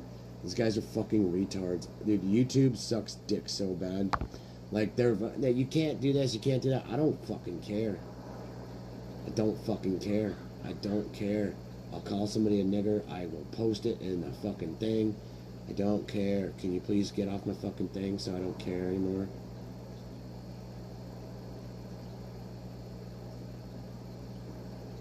Alright.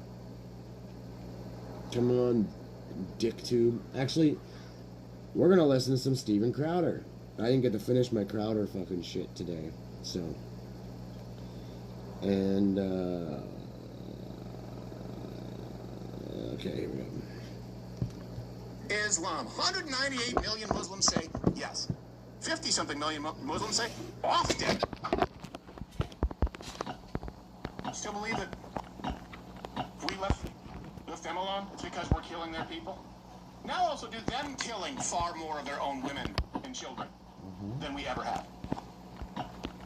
We've got to have a basis in truth. We can have disagreements. But until Iran's never attacked Americans, you don't know what you're talking about. No, it shit. Doesn't justify, like you said, a never-ending war. Of course not. But don't lie and say they never attacked Americans. They killed thousands of Americans on many separate occasions, and they've sworn to do so until the last dying breath. You may not think that we should intervene. I think that's appropriate. In many cases, we shouldn't be intervening. But don't say that the only reason any Muslims or any of these countries, these caliphates, are violent toward the West is because of something we've done. You have to go back to every other nation pre-America What did we do? The Barbary Wars. What did we do to have a bunch of Islamic pirates attacking vessels? It's silly, and the people espousing You know this are what? hoping We gotta go you home real are quick and grab dumb. Here's some another one that I meals. think is So interesting. we're gonna That, grab our other Caleb shit that Hammer we're gonna with take the, home. Financial audit show. Yeah. Here he is with some Islamic guests, and it's fun that he seems to be a bit on the spectrum because he just says it. I always question the Bible, and so like I don't question the Quran? Of course. You don't question the Quran? Woman. No. He likes it. He's like, that's right. And it's fun that he seems to be a bit on the spectrum because he just says it. I always question the Bible, and so like I don't question the Quran? Here's one that I think is interesting. That Caleb Hammer, who has the financial audit show. Yeah. Here he is with some Islamic guests, and it's fun that he seems to be a bit on the spectrum because he just says it. I always question the Bible, and so like I don't question the Quran? Of course. They question everything. Well, I don't think you're allowed to question the Quran, especially as a woman. Boom! No, it's not that. No, Islam is probably the most like feminist, most religion there What? is, like very much protective of. Yes, women. it is certainly Middle Eastern countries that are most well known for their women practicing feminism and freedom for women. But it is. The Middle East. If they're practicing Islam, yes. So you're saying they're all practicing it in It's not Islam, it's not including practicing. Yes. We all remember those Islamic propaganda posters going around the Middle East for feminists. Yeah. Just taking it lightly. Here's the truth. Of course, woman, truth. Of course. Good. And I'm not talking about traditional, patriarchal systems that exist. That rip tastes funky because I blew my nose. Islam We gotta subjugates grab and heels abuses to go. women by mandate. Okay, so let's go again. Through history, the founder, and then real-world data. Let's look at the 7th century. Muslim forces, they were capturing, taking sex slaves with permission from Muhammad. Like, that was their calling card. All the greats had their calling card. 8th century. All the greats have 1,000 calling virgins cards. of slaves from Spain to Damascus. 21st century. ISIS kidnapped thousands of Yazidi women and forced them into sex slavery. Let's go. Okay, this is by the way, again, in a way that is not seen in the Western world. I know people have told you that unconditional surrender means our guys are going to enslave your women and rape them. It was actually a mandate, policy, and prescription from Muhammad during war to do that. Spoils of war for the troops, come on. Also, outbreed. Yeah. Right? Take your women and outbreed them. Yep. It was never reach people with the gospel. Evangelize. Take over. Evangelize means you present people with good news. Hey, look, here are your benefits, and here are the terms that you have to submit to if you want these benefits. Like any other deal that you make, effectively. Let's get out of here. Islam is is called to subjugate. It's all by force. That's why We need to women are sex refill this shit, so we're just gonna, that's That's what why we're they're called the gonna do right God. now. Let's go 1, back 2, to 3, the founder. So we have history of the founder. 4. We have this from Al-Bukhari 5134, There we go. 67, Hadith 70, that the Prophet Muhammad was married. The Prophet Muhammad married her when she was 6 years old. 6 years and he old. consummated his Consummated marriage as she when was she 9. 9 years old. Hisham said, I have been informed that Isha remained with the Prophet Muhammad for 9 years, meaning until his death. To be fair, he only humped her thighs from 6 to 9. That is not in dispute. All Islamic scholars or imams will have to tell you that's the case. Fucking Yeah, but the bright side is that she turned 18. She was straight. Right. Effectively. As used goods, come on. Let's look at Quran I wouldn't say 4:34. it that way. Wives of what Allah has given one over the other, but who those wives from whom you fear arrogance, first advise them, then if they persist, forsake them in bed, and finally strike them. And then you'll have the Muslims say, like, oh, well, that's really just because, you can't strike them hard, it's just enough. And okay, when you put together the totality, child brides, arranged marriage, women being treated as sex slaves, let's add up Oh, for the not hookers. a union, but pleasure for the male and subjugation of women. It's not the same as what people would say red pill or traditional patriarchy relationships, where the man is the head of the household who is to protect, to provide for the wife, and yes, she is to submit to him in all things because he's the leader of the household. That's not the same as a sex slave to be taken and used at your convenience and beaten. And it's okay if they're 6 or 9. Let's look at the real world data. Saudi Arabia, Yemen, Afghanistan, Iraq, Iran, Qatar. You look at these different countries, they allow child marriage. The girl has reached puberty. And by the way, they're a little, you know, it's more of a guideline than a hard and fast rule. Guideline? You stay, women keep getting younger and younger. And You keep getting no. I do. They require the women to marry whoever their male guardian tells them to. These countries facilitate domestic violence through laws. And then the other thing is, this is why you also see a lot of cousin marrying. Cousin fuckers. Pakistan, it's up to 70%. Jeez. UK Pakistanis are 59%, and you know that comes with a laundry list of hereditary diseases, right? Now, why would that be? Well, because a guy wants to bang his cousin, and it doesn't matter if she doesn't want to bang her cousin back. I mean, she's right there. Yeah. She's always around. For people to say, oh, it's feminist. Look, I hate feminists as much as the next person, and I'm not going to say that Islam has us all wrong. The shared ground that we would have as far as roles of men and women, by the way, that would be the same in Judaism, that would be the same in Christianity. They add a whole bunch, to be clear. Also, this is another clip on that show where he was reminding them, these secular Western Muslims, I mean, by Islamic standards, they're not practicing Islam. Well, it depends actually on what you say about Islamic principles as well. They say they're theocratic. They can say all they want. That doesn't mean they actually Or practice do it. the principle. Okay, well, are we going to do the whole thing that Christians do with shellfish and a bunch of shit like that? Or we pick and choose what we like, depending on our world values? No, because you guys are more Western? No, but here's the thing. This is what I'm going to say, okay? Because I think what she's trying to say is this. When we Are you guys in started... debt? We're in so much debt. Okay, then you're not following Islamic principles. That's true. Then what Bam! are you going to tell me? What were you gonna tell me? Ha ha ha! Believe in debt?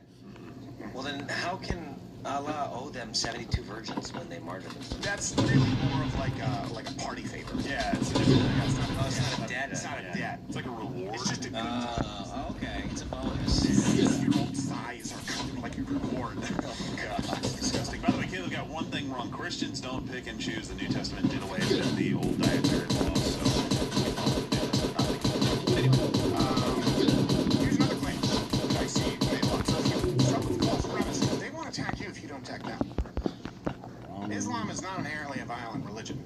Matter of fact, it's actually a friend to Christianity because they like Jesus too. Islam and Christianity, actually, we should be each other's best allies. You see this from I'm gonna change my a guy named pants. Stico. He wrote, "It is far past time we Christians and Muslims unite on our shared similarities rather than fight over our minor differences. They, meaning Jews, spit on Christians and bomb the Muslims. Why are we deceived into hating each other by those who hate the Messiah?" Okay, so here's the truth. Again, we'll go through history.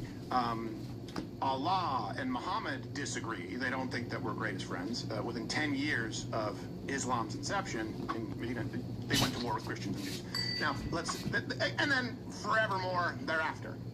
Islam is okay with Christians so long as they can violently conquer all of the lands that you culturally converted of their own free will. As long as you don't mess with their violent conquering, they can be buds. We can who hang was out. Jesus in Islam? Yeah. Who's the Messiah? You don't believe he's the Son of God. We don't have that much in common. Well, let's go back to the founder. This is, I think it's Al-Ma'idah 551. O believers, take neither Jews nor Christians as guardians. They are guardians of each other. Whoever does so will be counted as one of them. Surely Allah does not guide the wrongdoing people. And Fucker. what Muslims Shit just will fucking do, spilled and down they're in my allowed to do this chest. to mislead you, is they'll try and say, well, That's you annoying. know, we actually respect the people. We believe the Old Testament. And, Eyes are hungry. we just don't believe the parts that lied about and subverted. What was that part? You know, we just don't believe the part since because it was warped by the Jews, going back to when? The blessing of Abraham. So pretty much all of it. So pretty much all of it. 98% of the book, you really just used to point to and say, Jews and Christians are liars. They're okay. They are people of the book and they're your friends if they allow themselves to be subjugated by you. If not, kill them until your last dying breath. Now let's go to the real world. Muslims and Christians should be each other's greatest allies. They never have, but they should be. Here are Muslims obeying Muhammad and the commandments of Allah.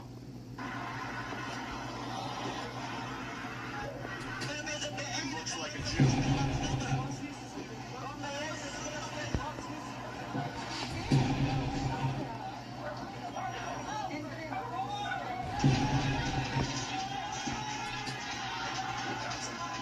More Jewish terrorists.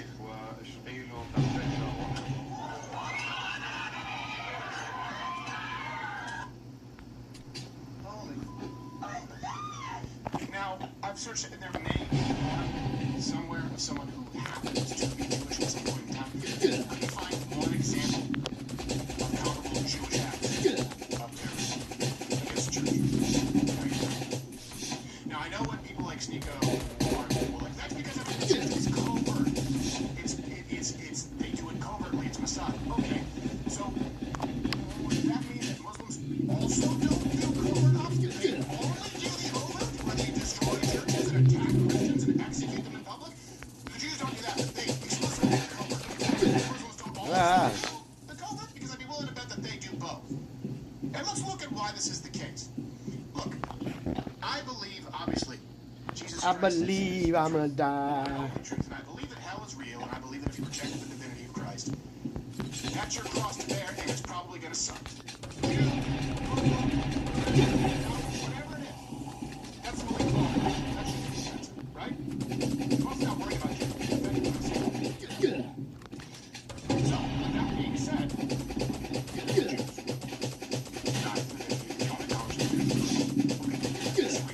here's why Islam is a unique problem. Okay? Jews, Old Testament. That's the basis of Christianity. They reject the sequel, right? The New Testament. Jesus came to fulfill the law. Okay? So, when Jews have created societies, there are differences. We still follow the same general foundational law. It's not boring, because we genuinely do respect that part. The basis of the law, for Jews and us, we actually live in societies together, even if they're a little too Jewy sometimes. Muslims, no. They completely destroy the foundations of the law because the Jews and Christians lied about it. Let me give you the analogy that I've used before. Judaism is Halloween 1. Christianity, like regulars, okay, Old Testament, we get it. Moses, all right, let's get Abraham, we got okay, Messiah is going to come. Christianity is Halloween 2. Takes place the same night. It's still canon. Still the same storyline. And then Islam. Might as well. They say they're an Abrahamic religion, but it's like Halloween 3, where you just go Halloween 1, okay, continue Halloween 2, the Jews are not Halloween 2. But Halloween 3, what masks as a form of mind control, and there's no Michael Myers. What the hell is going on? Christianity and Judaism share the same.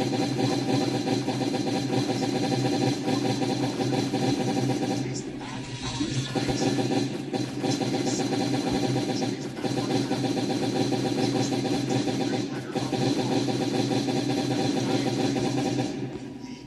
The Sabbath laws, which we should honor and respect, but the Sabbath was clarified to be more of a gift for you to rest, and that means that if you work with your hands, you may want to do Sudoku. That if you work with your brain, you may want to go out and chop wood, right? But we still view we still have the same core basis of laws. Islam rewrote all the laws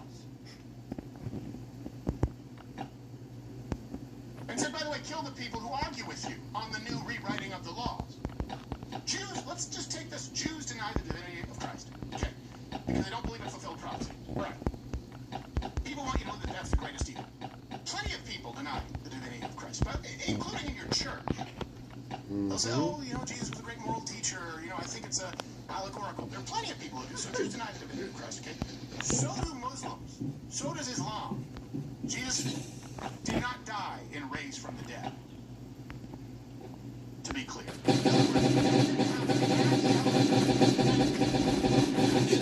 Are in on a plot to deceive you, and that's why they subjugated or killed. Big difference. Jews go, oh, we just don't think he's the guy, but we're still waiting for a guy. Islam says, well, a lot of people think he's the guy, but that's because these people, the Jews and Christians, lied about it, and that's why we subjugated him or killed him, because we know he's not. By the way, we have a whole new system of laws and prescriptions that we are going to give to you. This is actually a Christians, Jews. You have to believe this now because of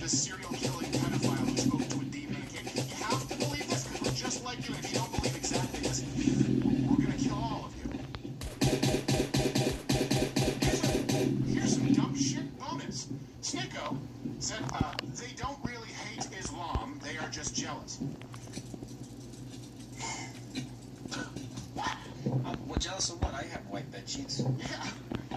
I got 3 pair. Jealous of, yeah. I It's true. got 3 pair of white bed sheets. Not only to be found in the religion of Islam. Gotta have 1 good pair, then a backup pair, and then your 1 for your clan hood.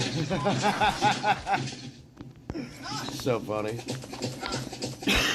I get my teeth fixed, I'll start doing comedy, because then I'll like be like, hey, da da da, and have my mouth open and talking and shit.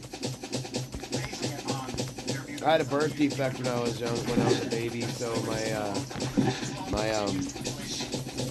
jaw's crooked. It sucks. It's not like I can help it. I couldn't grow. Fucking.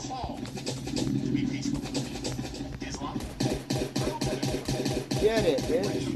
Muhammad humping thighs from 6 to 9. I still think 9 is a little green for my taste, but 6 certainly is. That's not borderline. Can we agree on that? Christian nations prosecute pedophiles. Not enough. But when people complain about Epstein, you go, yeah, now do Muhammad. Now do Islamic nations. Now do child brides. Islam doesn't just abuse women. It revels in it. I don't believe that a woman submitting to the authority of her husband or a woman having a traditional role is abuse, to be clear. I do believe that a woman being used as nothing more than sex cattle and being stoned to death if she only has 2 out of 4 witnesses after being gang raped, I think that's abuse. That's no longer a first, second, third wave feminism. It's just a abuse. Not the same at all. Also, Islamic sports. To me, it's just like they don't use toilet paper on propane. I know somebody has to say bidet. I'm all about that bidet life. In tandem with the appropriate toilet. Exactly. I'm pro bidet, also pro dry the bidet. Right. Food. Yes. Just not treating your left hand as the sharp. Some people reuse their TP. That's disgusting. Well, imagine reusing your left hand. I do it every day. Yeah. Islam doesn't even let women drive in many cases. And I will say as a Christian, okay, that's the point.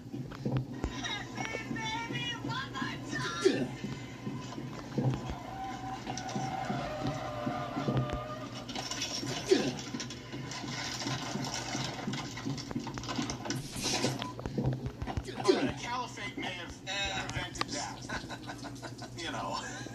We're live. It doesn't stop you peeing. So I just want to Dying doesn't stop you taking a piss. We need to figure out, when people talk about the civil war on the right, we need to figure out where the disagreements are. And if it is I'm gonna go die the upstairs. starting off point, the springboard is, well, hold on a second, yeah, but we all know that the Islamic world only hates us because of what we do. You are going to be so far off target in the real world that wherever you are will not be Bam, bam, bam. I'm gonna die. in the geopolitical. It's nonsensical. You have centuries, by that I mean every century since its inception. History, the reason for that history being remarkably consistent when you go to the words of the founders, and then you have real world data today that shows you it's not getting any better. In many cases, it's getting worse. You have to do away with all of that to say that it is exclusively a Jewish problem and we should be buddies. The Jewish community has problems. I get that. Israel has a lot of problems. Bibi Netanyahu has a lot of problems. I understand he might want to keep his conflict going. That has no bearing on the reality of Islam. And anyone embracing it cannot be America first. Why? Because Islam does not allow for America. It's that simple. Islam Now we does got not a allow for dead the United body. States of America. Put more shit in As it a at the thing religion, there. it demands our subjugation. Period. The only reason that we are not at that phase yet is because, unlike all of the other centuries prior, we're not weak enough to be subjugated. When you have this conversation based on truth, is that fair? By the way, speaking of freedom, your true financial freedom, download the Rumble wallet, wallet.rumble.com today, where you can tip your creators and just sort of divest from big banks. You flick them off. Yeah. Anything you want to add? Sorry, you know, I get this was a long time ago, and I'm like, oh, we're back here now, where people on the right are going, Islam's fine, religion of peace. I believe it's flip them off, not flick them off. Well, whatever. Either way, flick them, flip them. You know, it's all the same. He's talking about his boogies. Yeah. Ew. No, I think you did a great job encapsulating it. It doesn't make any sense. It's one of the most incoherent religions that I've ever seen, and it is absolutely not peaceful. And unfortunately, Dave Smith is so anti-war that he can't see that sometimes people will do stuff no matter who you support. Whether Israel exists, whether it doesn't exist, whether we care about them, whether we don't care about them, whether we fight their wars, whether we don't fight their wars, whatever, it just doesn't matter. He just assumes it's our fault. And, of course, they're just responding to us. How far back do you want to go, Dave? Are we responding to them, or are they responding to us? Yeah. Because just keep moving the date. We'll figure it out. Yeah. They want you to believe that, you know, if we didn't have any type of alliance with Israel, then the Muslim world would be fine. I don't know, maybe you want to think about this, that maybe a big reason for the geopolitical history of modern Israel is because we had constantly been facing the bullshit of Islamic caliphates. Yeah. Maybe that's why. And then if you go back to, you know, 600 something, you go, oh, wait a second, it's been non-stop. That to me is the biggest delineation. Christianity, you're martyred, you will be killed. Spread through word of mouth for centuries, peacefully. Conversions, actual saints going out.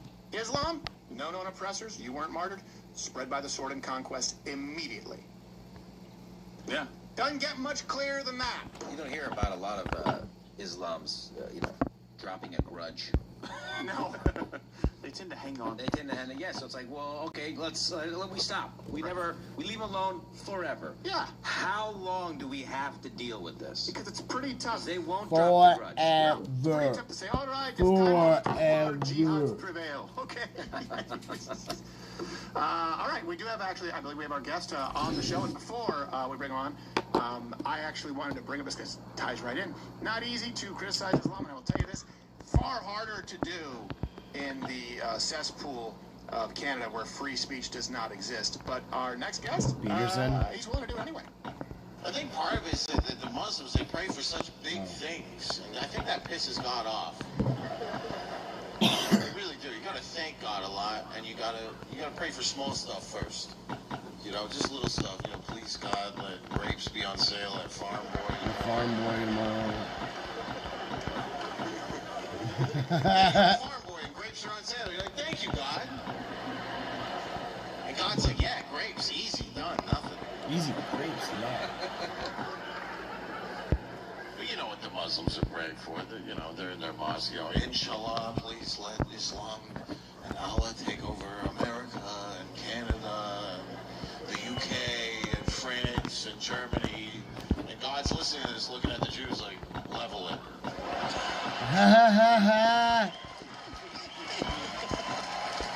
Please welcome to the show the very funny and actually brave Ben Backus.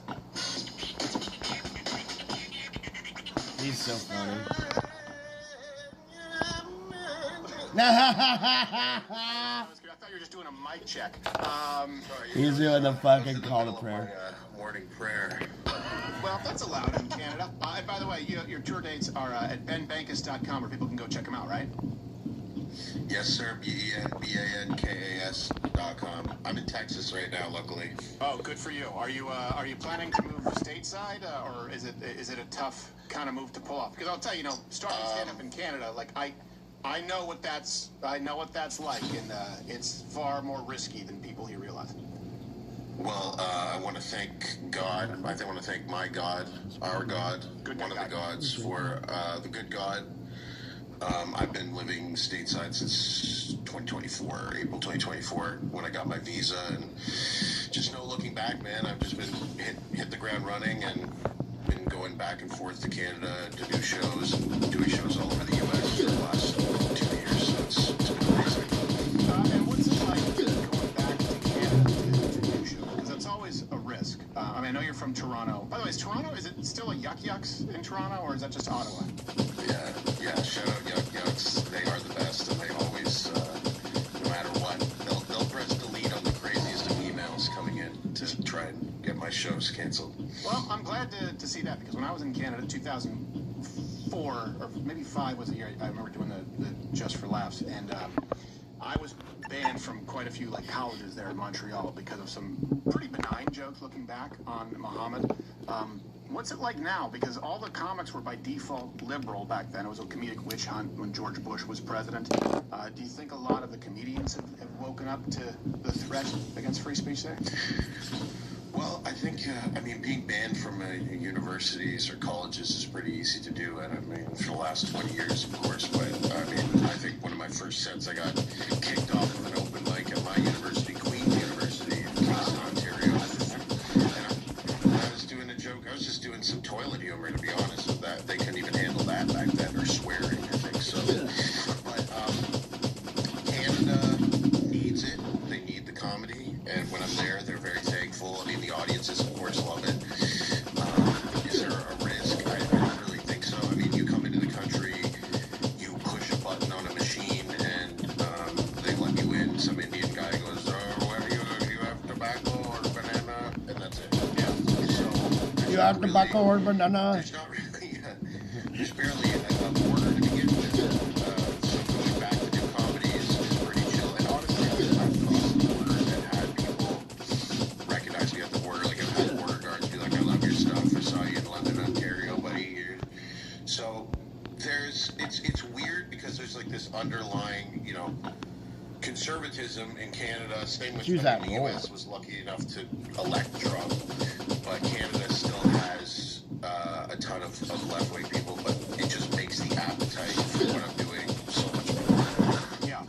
Yeah, it was, there's been a shift for sure. The comedy, where that wasn't always the case. I think it's just because people always crammed like they did freely. I met that Indian guy, by the way, going through customs. I met him, he said the Amtrak from Montreal to New York, which would take place, you know, it would only take a mere 15 hours, and they go through, do a produce. I'm like, I have my lunch on the train. What am I supposed to do? It's an interesting thing. I mean, the comedy community itself, like, that's a different thing from me selling tickets and being allowed to do what I'm doing. Yeah. The community, they'll always hate it. The communities generally hate anybody that's getting any success unless it's, you know, unless it's left wing, and they have to pretend like they're like the successes. But, you know, generally they're not happy. Yeah. No, it's true. It's very much, I mean, Josh was here. He was, Yeah, I hate it. I hate it that you're successful. It sucks. Yes, yeah. I'm sitting over here one weekend a month, and I hate you, buddy. You suck. He said, "You haven't had another bitch on?" I said, "Come on, he's all right." Walk us through though. So I know recently, too, this Renee Good joke. You had some shows that were canceled. Run us through the joke and the aftermath, because that's one of those things that, you know, wouldn't even be on my radar where someone would cancel you over a joke about someone who clearly deserved. I mean, your words, not mine. Anyway, so the joke was about how she deserved it. And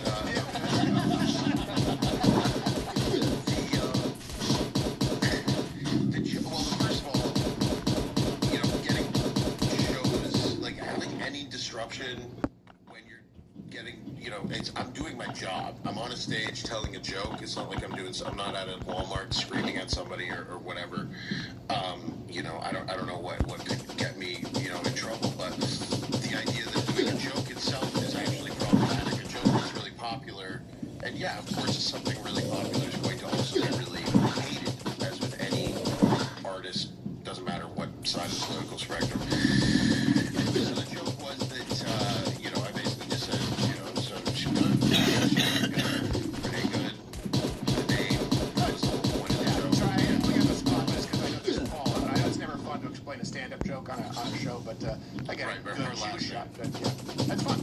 Yeah, right. But her last name was good, so that's why the joke made sense. And I do a bit about it. How I say, like, you know, if her last name was something bad, I would have said, you know, bad day to be a female driver or whatever. But, you know, it's just the last name is happened to be that, so that was the joke. You know, and then I've been doing another bit. I talk about the fallout in my act. Yeah, I won't give too much away.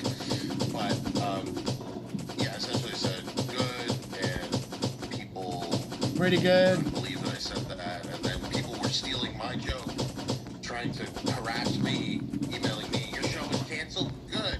Yeah. It's like you're still slandering your name. Yeah, but it feels good. They're insulting you with your own joke, which means it works.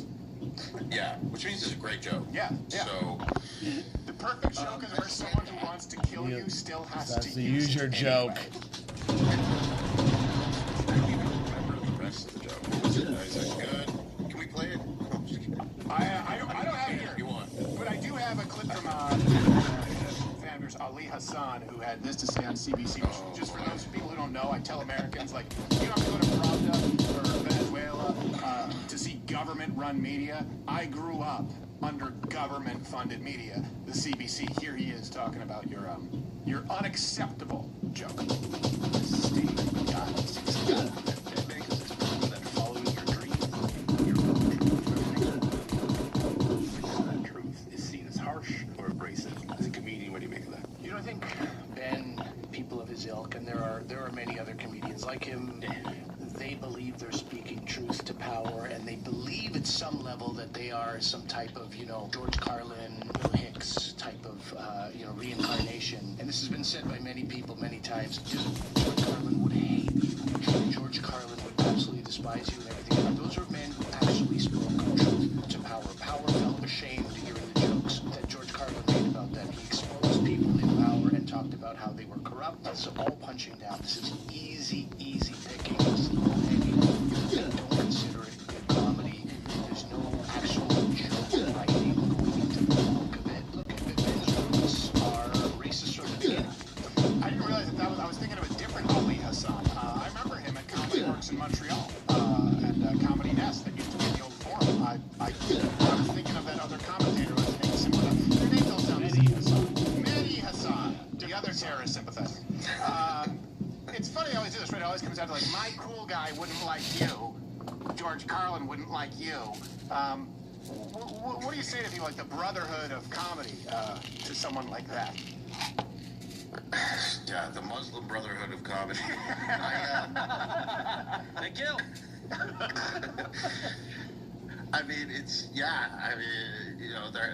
the Canadian Broadcasting Corporation is having on jihadists and To defend them? Islamists. I don't know if they're jihadists fully, but they are Islamists to critique comedy. I mean, that's government funded, by the way, so Yes. technically I paid for that. Yeah, that's like divorce court. You pay to sue yourself. Yeah, it's basically living in Canada's divorce court, pretty much. So it's, look,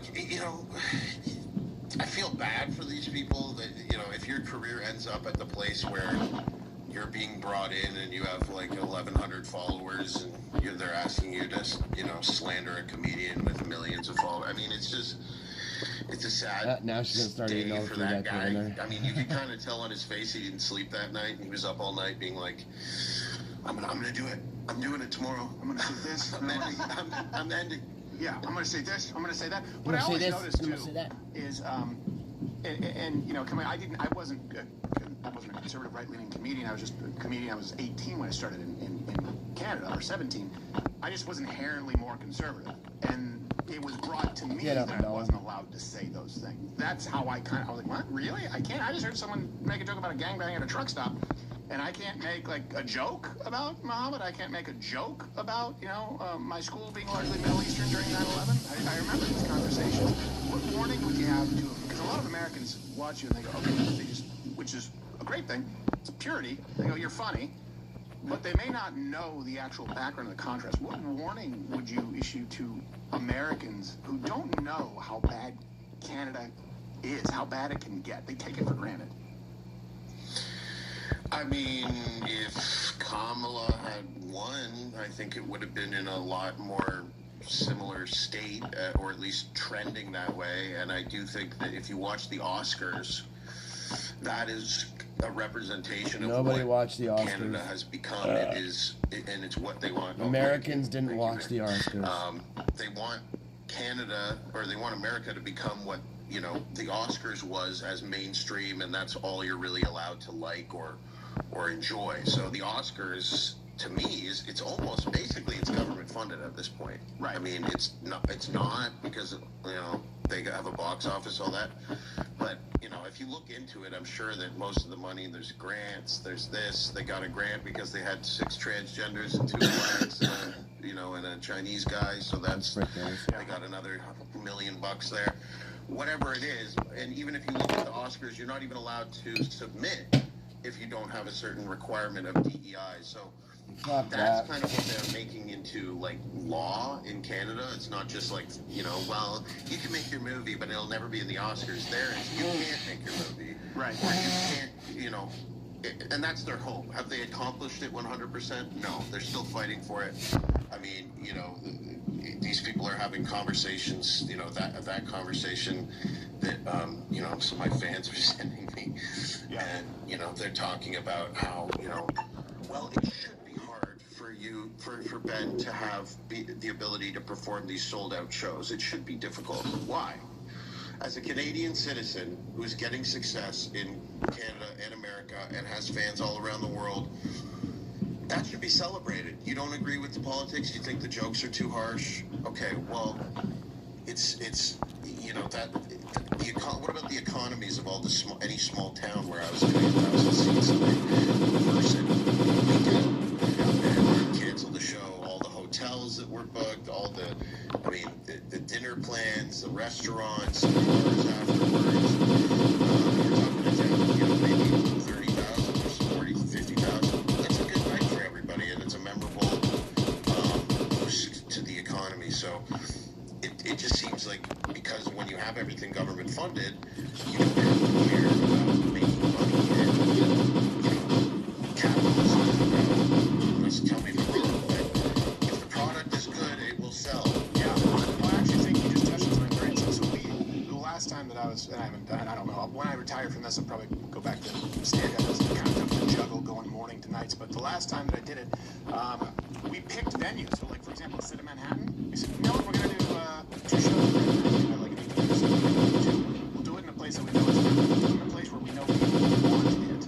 We would do a small town outside of a large Midwestern town where they just had a big enough venue, and it would be a real infusion. And you would see hotels. You do have that side. I also find to mention that the Jane Mayer show, the exact opposite, right? Blissfully unaware tunnel. Like in Canada, we actually, our government is a beautiful thing. They fund our films, so it's not just corporate slop. It's like, yeah, it's propaganda. It's propaganda. You're a tool of the propagandist government. Ben, I want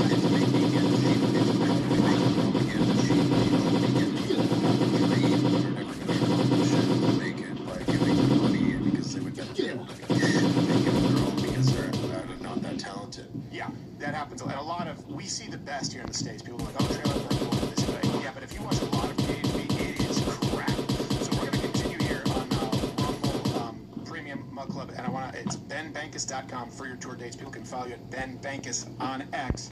Stay with us for a little while longer. I want to ask you your material on Iran. That'll be fun. We got some Iran shows, right?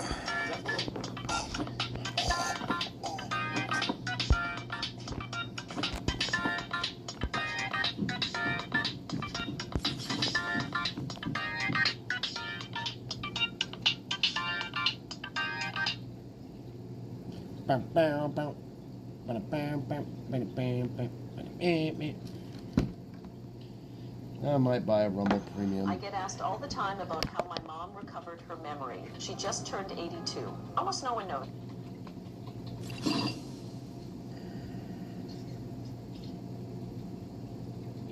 Yeah, and he podcasted and retracting that. Bit. Let's see what this is going to have. So.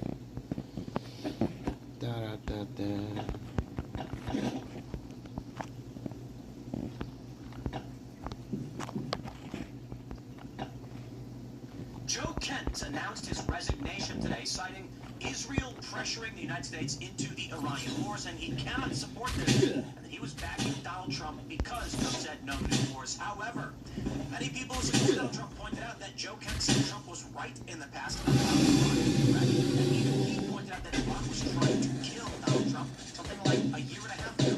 So, of course, this has been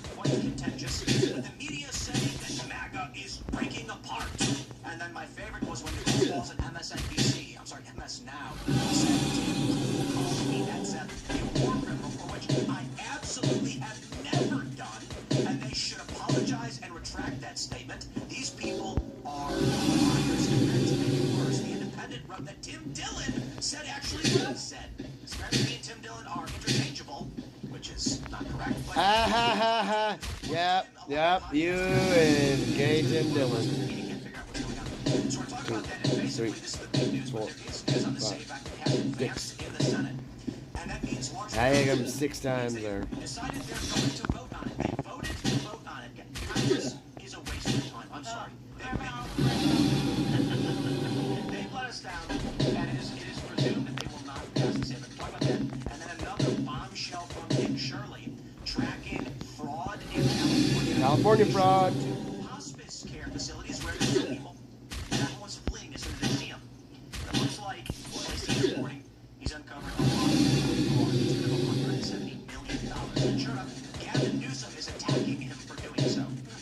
I think actually, on top of that, I can add a former Biden advisor saying outright that Democrats have destroyed our city after 200 teenagers in Washington, D.C. ran around fighting, firing a gun in the air, and this has been an ongoing problem, especially in spring break, but in Florida, but also with D.C. So we'll get into all of it. Before we do, get a great sponsor for you, my friends. It is Ghost Bed. Now the mattresses are the same. They're not just furniture. That's why you should check out Ghost Bed. Ghost Bed doesn't build mattresses like furniture. They build engineered sleep systems. Their beds are serious health equipment. Beds designed for relief and recovery, not looks, not fluff. Your body should be healing while you sleep, not fighting for comfort. It's easy to tell the difference between a Ghost Bed and a regular old mattress. If you're waking up standing, tossing turns, even reaching for a pain reliever before bed, it's going to be different. That's not aging. That can be your mattress talking. The other thing that's awesome about Ghost Bed, you get 101 nights to try it at home. You don't feel the difference. You can send it back risk-free. GhostBed is offering my audience their lowest prices of the season, plus an extra 10% off. So Shut up, Tim. Together, censored portion. See, I got a cattle fraud under here. Well, they're one and the same, I guess, right? They are, yes. So what do you do? I work for my mother. I'm her literal handler. What's her name? We do the podcast that I know of. Certainly with the celebrity. Every week, every Friday, I've been on there. Indeed. So you're not really excited. I can't say if I am or not. Okay, good. Sounds like the mystery's ruined. Okay, yes, keep believing it. And Roseanne's hanging out. Yeah, cool to be here. Literally everybody knows who you are. You don't need to introduce yourself. Hello. And Liv's back. Hello. Back from all. And who are you and what do you do? Former pro poker player, now a podcaster. Indeed. Of course, we got Ian hanging out, but let's jump into the news. Everyone knows who you are. You don't too late. Got a cane in the top head. All right, here's a story from the New York Times. Joe Kent, a top U.S. counterterrorism official, resigns over the Iran war. And is the highest-ranking Trump administration official to quit an conflict. He is also known for his support of conspiracy theories. One of the U.S.'s top counterterrorism officials resigned on Tuesday, citing his opposition to the war in Iran. And what he said was Israel's influence over the Trump administration's policies, a sign of emerging divisions in the Republican coalition. The official, Joe Kent, is the first senior member of the administration to quit over the war. The seemingly open and nature of the Israeli war in Iran created strong divisions among Mr. Trump's supporters, an anti-interventionist wing of the coalition, which supports President Trump because of his criticism of long overseas conflicts, has quickly become uneasy with the war, which lasted 18 years. I cannot in good conscience support the ongoing war with Iran. Mr. Kent wrote, Iran posed no imminent threat to our nation, and it is clear that we started this war due to pressure from Israel and its powerful America lobby. Now, I will say outright, those that identify as MAGA and Republicans overwhelmingly support Trump and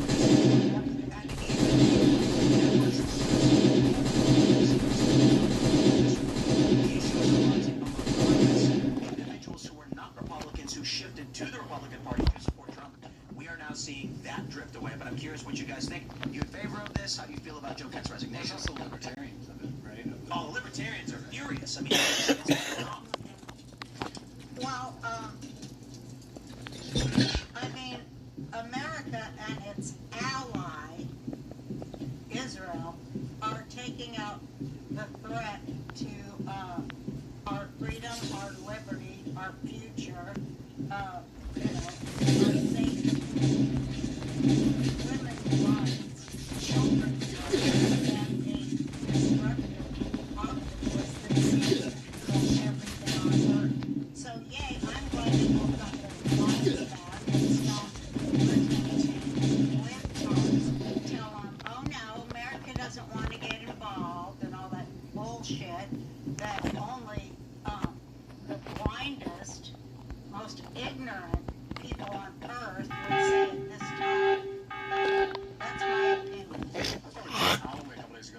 friendship and alliances, they're not the same thing. You can be deeply allied with someone that you can't stand, that you think is egregiously awful human, that's a traitor, and break alliance without serious purpose. I think that's sort of what's going on with Israel. Like or not, or like or not, setting up and patrolling the Suez Canal and setting the trade routes and all that. That's very important for the And the Strait of Hormuz, too. I mean, the fact that Trump is rebuilding the entire bring it down. The control mechanism that keeps all wars going and starts all wars. Trump is putting it into checkmate, and I love that, and by that I mean Standard Oil, I mean the British So there's oils. a few added points to bring up now, especially the response from the Trump administration, Carolyn Levitt, etc., and many others. Tulsi Gabbard put out a statement saying that Donald Trump assessed the intelligence that she provided and determined there was an imminent threat from Iran. She didn't issue a personal opinion on this, for which people are criticizing her because she has previously sold T-shirts saying no more with Iran. But more importantly, the administration is saying that Joe Kent had been cut off from intel related to Iran for leaking information, and they were quite upset about this. So he had been cut off from these meetings, which many people find shocking because he's one of the heads of counter-terror, and they were so concerned about him potentially leaking that they did not include him in these meetings. And he ultimately resigns. I'm going to go ahead and say I think there's more personal issues here than most people are seeing on the surface. I do too.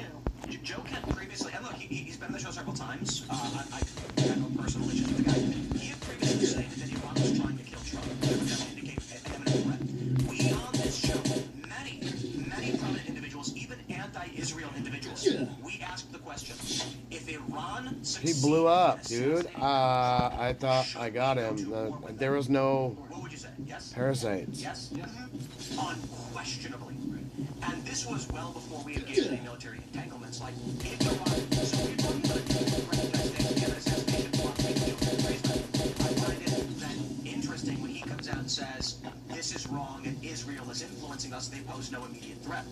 Perhaps he would make the argument that upon assessment of the internal intelligence, there is no assassination threat against Donald Trump.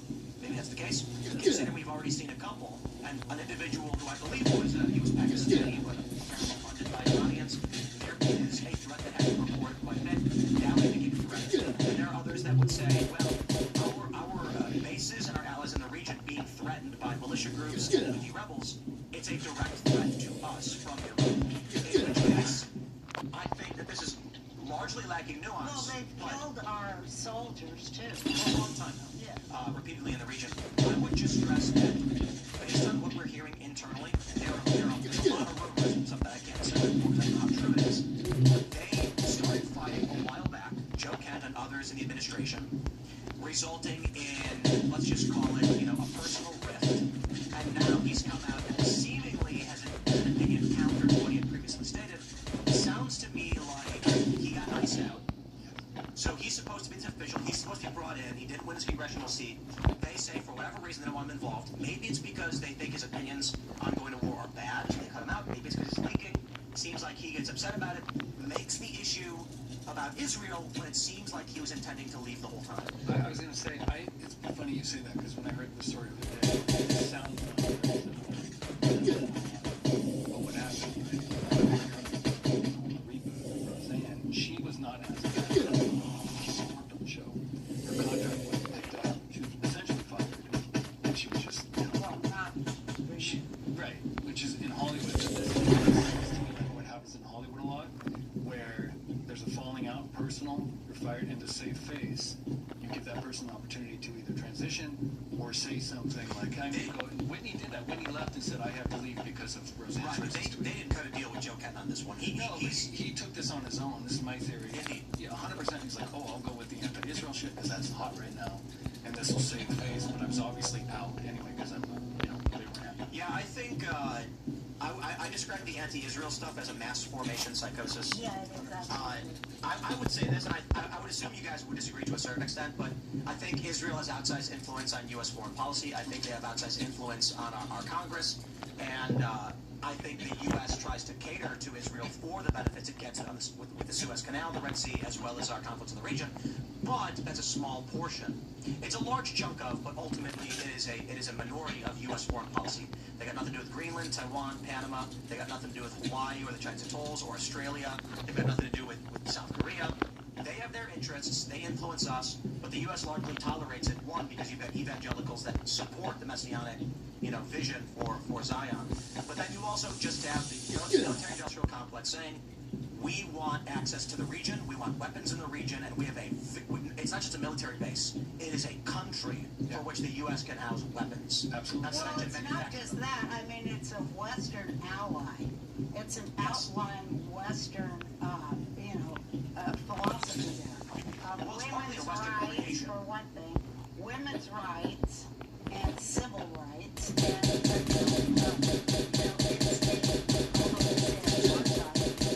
most infamous place I've ever seen in my life.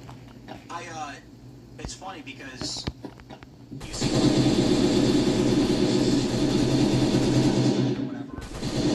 It's like, no, that's actually Israel. I mean, if you go to Israel, they're going to let you live your life. Yes. Not Palestine or no, they throw you off a roof. Indeed. I don't know. But what's really irksome to me is we have been tracking foreign policy on this show since the show's inception. I've been tracking it on my other my other channels, my morning show, since I've been doing media content. I was in Egypt during the revolution. I have a certain degree of experience, less so than many others. But we have been tracking U.S. oil interests in the region on the show. I've been doing my whole life because of the Iraq War and the war in Afghanistan. And Iran is at the front of this because they disrupt the liberal economic order of the petrodollar system. What's irksome to me is that there are people who have watched this show and have learned everything about Joe Biden's illicit dealings with Burisma in Ukraine because they're competing with Russia for natural gas. With the removal of which Al-Assad has to do with getting natural gas into Europe. And then one day, in the past 6 months, for seemingly no reason, all of that gets ripped from their minds, like they're pulling out the magic wand in Harry Potter, and it gets replaced by actually everything's been Israel the whole time. Ignoring Joe Biden, sending his son, we presume, to be a board member of a CIA director of an energy company in Ukraine to offset Russia's Gazprom gas monopoly. Now they go, no, it's Netanyahu. And I'm like, he literally has nothing to do with what's going on there. End up with 9/11 too. I mean, Of course. Everything's replacing it with the Jews. It's like this catch-all. It's like the flat Earth. I think it is. People are just desperate to have a simple answer to really, really complex, scary problems. You're the dancing Jews. Conspiratorial thinking is, I mean, some conspiracies are real, but if people just want to be able to have something they can point at, they would rather live under a scary, world-domineering cabal as an idea than decentralized chaos, even though the reality is I think they would rather resurrect medieval lies than actually know who's in charge of what. You're blinking too much, bitch. Like to know the truth. Roseanne's blinking too much. That's when you know somebody's lying. Blink too Well, the much. truth is that the Royal British Empire is behind all of it. Oh no. Tell me about it. And that is what Trump has, pretty much kicked in the guts of. And that's because of Prince Andrew and Jeffrey Epstein and all the banks of City of London. That's what's really coming down. And, of course, Iran is a great, money laundering center of all of that. And it sells, 20% of its gas to China.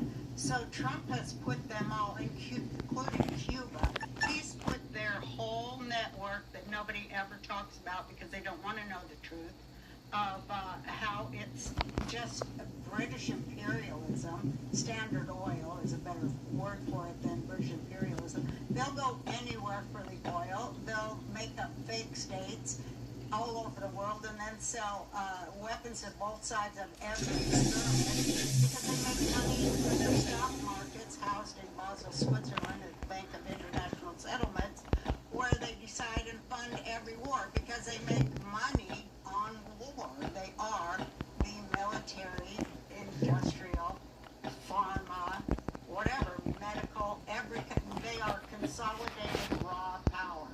And they're royal. And,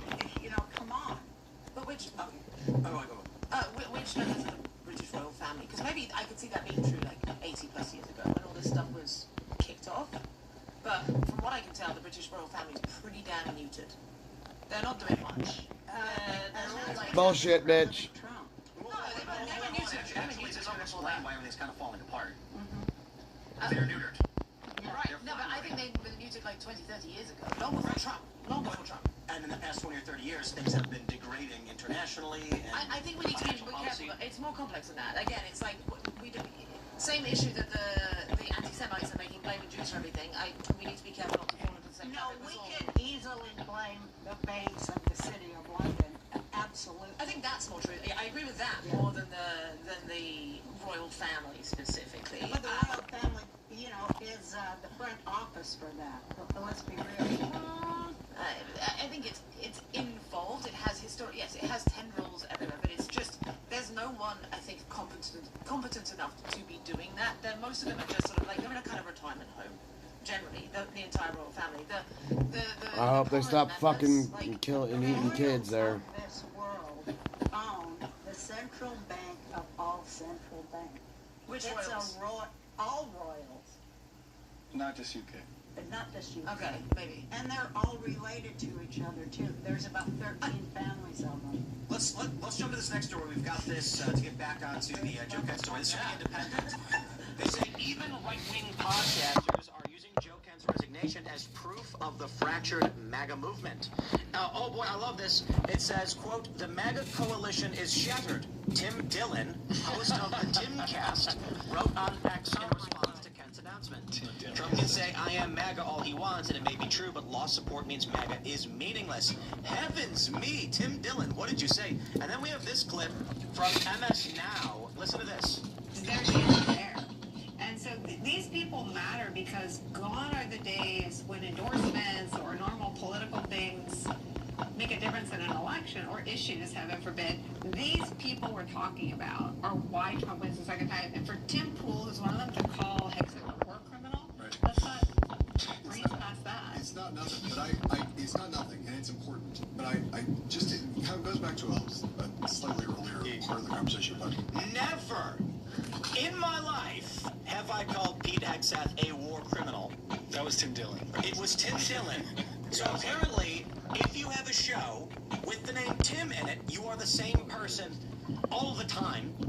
And so I have called on MS Now to issue a retraction and apology for that egregious lie. Secretary of War Pete Hegseth is a gentleman and a scholar. I know a lot of people don't like him, but I have a tremendous respect for him, though I do have reservations about our involvement in Iran. I am not going to be hard extreme on one side or the other for the sake of attracting viewership or otherwise. I'm going to tell you the truth. And the truth is this. The MAGA coalition is fractured. Now, does that mean that MAGA is broken or dead? No.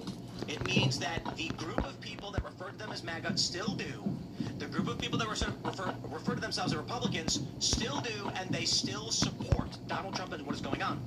But we've got poll after poll showing that independents are breaking from Trump over this issue, with Tim Dillon being a good example. But more importantly, he's always been kind of anti-Trump. Joe Rogan as sort of this representation of the middle ground of the regular guy. YouGov says more independents disapprove of how Trump is handling Iran than did so last week. It is getting bad among independents. They're idiots. I mean, they're just complete idiots. These guys are so... Well, no, the people you mentioned, I mean, do they really think that it's up to them, that they have a choice of who's going to kill their ass or not? I mean, they're stupid. Of who's gonna kiss whose ass? Kill their ass. Kill them. I mean, okay, you know, I really don't think we should enter this war with Iran. Iran's gonna kill you. You don't have a choice. But how would Iran strike the United States? I understand our military assets in the region, and I understand shutting down oil trade in the Gulf. But to the contiguous United States, I don't see Iran being a threat. You don't think that anyone came over here during the Biden years from that part of the world to form cells for terror that are just waiting for some kind of a cue? So then we need domestic reinforcement to weed them out, get rid of them. Striking Iran doesn't change that. In fact, it would trigger the sleeper cells, which is what we're concerned about. So again... No, I don't think so. So the sleeper cells would attack... They won't attack us if we attack Iran, or they will attack us if we attack Iran? They will attack us the closer we get to the midterms. They're gonna, as soon as we get, because Democrats like I think the chaos. I think in about like, They're cheating. I think there's gonna be a terror attack We here, don't have a choice, in my mind, from like someone Iranianly based here. Whether to enter into war I want to with say, Nazi Germany or not. What do you mean by that? it's just a feeling by like, And if they get a nuclear let's just weapon, call which it, they probably already have, there's nukes missing. I mean, they've got to be taken out. the That 3rd of regime, July. not the Iranian people who I love. I love them. But I will stand by that independent voters are not happy with it. They are breaking from Trump. We've seen more than one poll showing this, and this means the Republicans in the midterms are in serious danger. Now, if the Republicans believe this is truly justified, they have not sold it effectively to the swing voter. That's true. Then Democrats are going to get in. They are going to be pro-Iran. They're going to shut everything down. Trump's going to lose power. He'll be constrained, and then all of this is for naught. I don't think so. I think Trump is smarter than almost everybody put together. I really do. I trust him. I think he's really smart. I like how he's playing some kind of a chess game with various countries, and he has removed the power, cult power, in a lot of places that The Jews still run everything. I don't know what you're talking about. The cult power. America's favor. Satanists are a cult. And I think Synagogue of he is Satan's a trying cult. to rid the West of its genocidal enemies, and they're everywhere. And I think it does start in Iran. And also, I think the more time goes on and we hear more about China's involvement with Iran and Venezuela and all these things about our elections, I think people by the midterms are going to get it. They're going to get it better than they do now, and I think that the economy is going to go up by then too. So, I want to segue this a little bit into the podcaster feuding incident that's going on, and I know you guys were eager to talk about James Lindsay earlier. So he had a post in response to my post, to which I said, the MAGA coalition is shattered. Trump can say, I am MAGA all he wants, and it may be true, but lost support means MAGA is meaningless. Let me explain what I mean by that. Trump won 49.8% of the vote in 2024, and he succeeded with the help of libertarians and disaffected liberals. Right. These people are breaking. Right. Dave Smith was the front runner for the Libertarian Party. He decided not to run for office because he had family concerns and security concerns. They ended up nominating the gay communists for the Libertarian Party, and so these libertarians broke and voted for Donald Trump. Trump came and spoke at the Libertarian Convention, but most of these people, even Clint Russell, who was running to be VP, I believe not with Dave, but he was running to be VP. It was going to be with Dave. He is very, very not critical of Donald Trump. He is losing this coalition, which was never just Republicans. Correct. Now, obviously, it's fair to say, as I've covered on my channel and the show, Republicans overwhelmingly support this. Former never-Trumpers are now pro-Trumpers, and the core Republican MAGA base is 100% behind Trump on this, so they're enjoying about 90% support. But again, Joe Rogan's been relatively critical. He says some people feel betrayed. You've got Dave Smith, who's come out very heavy against Trump over this, and that's a small percentage indeed of Trump's overall vote. But if MAGA doesn't have this coalition, the well-organized Democrat machine will succeed, because the right's going to be worn down. Now, James Lindsay responded to my post saying, haha, podcasters, showing that, yes, Republicans support Trump. But this is not a poll about the coalition of former liberals, libertarians, the politically disaffected in general, and Republicans together. It is literally just highlighting that Trump supporters, Republicans, overwhelmingly support Donald Trump. Now, I will stress this. Even among MAGA supporters, he's got 6% disapproval, and among Republicans, 12% disapproval, which, again, if the election were held today at those numbers, with a loss of independents and with double-digit loss of Republicans, Kamala Harris, she only lost by about 1 point, like 1.4 points in the popular vote. Don't get me wrong, she lost every single swing state, but she would have taken the popular vote at least. And this, she's a terrible candidate, by the way, so we're not going to win. But this is apocalyptic for the midterms. James Lindsay is doing this, in my opinion, to manipulate, as is his MO and always has been. Infiltrate a group, convince them to say stupid things, that way you disrupt their support base.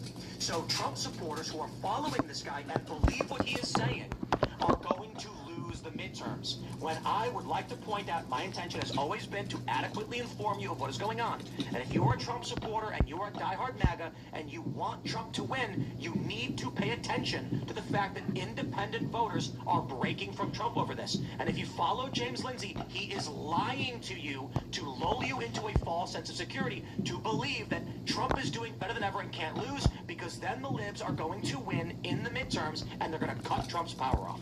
I love James Lindsay. You and I we've never thought about it, but we've talked about it quite a few times. He is the one that, by all accounts, termed woke right? Like, that's the thing that... He made it an incomprehensible term that cannot be used in any meaningful way. So there was a woke right that was used among disaffected liberals to describe an element of the right that have a mass formation psychosis and believe in critical theory and oppressed versus oppressor and things of this nature. And then James Lindsay infiltrated, destroyed that, and now it's an incomprehensible term that you cannot use to describe anything meaningful. Well, the reason I ask you that is because a lot of the independents and libertarians that are leaving the party, I see a correlation with the woke, whether they're real or not, as the driving force behind that.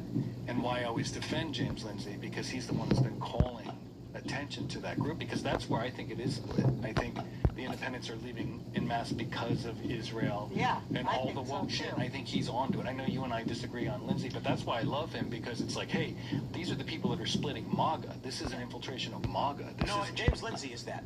Do you think that it is beneficial to the Republican Party to be convinced that Trump is enjoying? I know So here, let me pull up this list that I absolutely love. Every conservative James Lindsay has called woke right. And you've got random foreigners, traditional Catholics, Christian nationalists, philosophers, miscellaneous right-wing individuals like Joshua Lysick. Well, his list could be incorrect, but the idea I'm talking about the woke right dividing MAGA, I think he's got a claim to it. I think he's right. Well, they're all Jew haters. Let me stress this. Look, they're all Jew haters. I think that's what, to me, that's what woke right Mary means. Morgan works for my company and is a pop culture commentator, and James Lindsay called her woke right. Yeah, that's incorrect. Half of this is incorrect. I am warning you right now, the man's MO is to infiltrate groups, convince them to say dumb things, and if you are blind to the fact that he is poisoning your worldview to all of these people, all the people who follow these individuals, you're going to lose, and he is intentionally doing this. You think it's an infiltration? What is he famous for? What is James Lindsay famous for? Anti-communist. Infiltrating feminist and Marxist academic papers to trick them into publishing incomprehensible nonsense. He is a self-admitted liberal. He does not like conservatives, and he has publicly stated national conservatism is the final boss. He does not like Marxists. He is a traditional liberal social lib. He doesn't like the Marxists, and he doesn't like the conservatives. So he is infiltrating both groups to get them to say stupid things. And people just blindly march behind him. And so here we have him. Clearly he hates Donald Trump. Convincing his base. I always hear him talking great about Donald. Indeed, infiltrate the group, trick them into saying stupid things, and then they lose. That's what he always does. So now, as the So I will stress this. Donald Trump is minus 6% among MAGA supporters. Not good. He has dropped 4 points among MAGA supporters since the last poll, and he is facing a 12% disapproval among Republicans on the issue of Iran. But what I'm saying, this is not good for Trump. But hold on. But the point is this.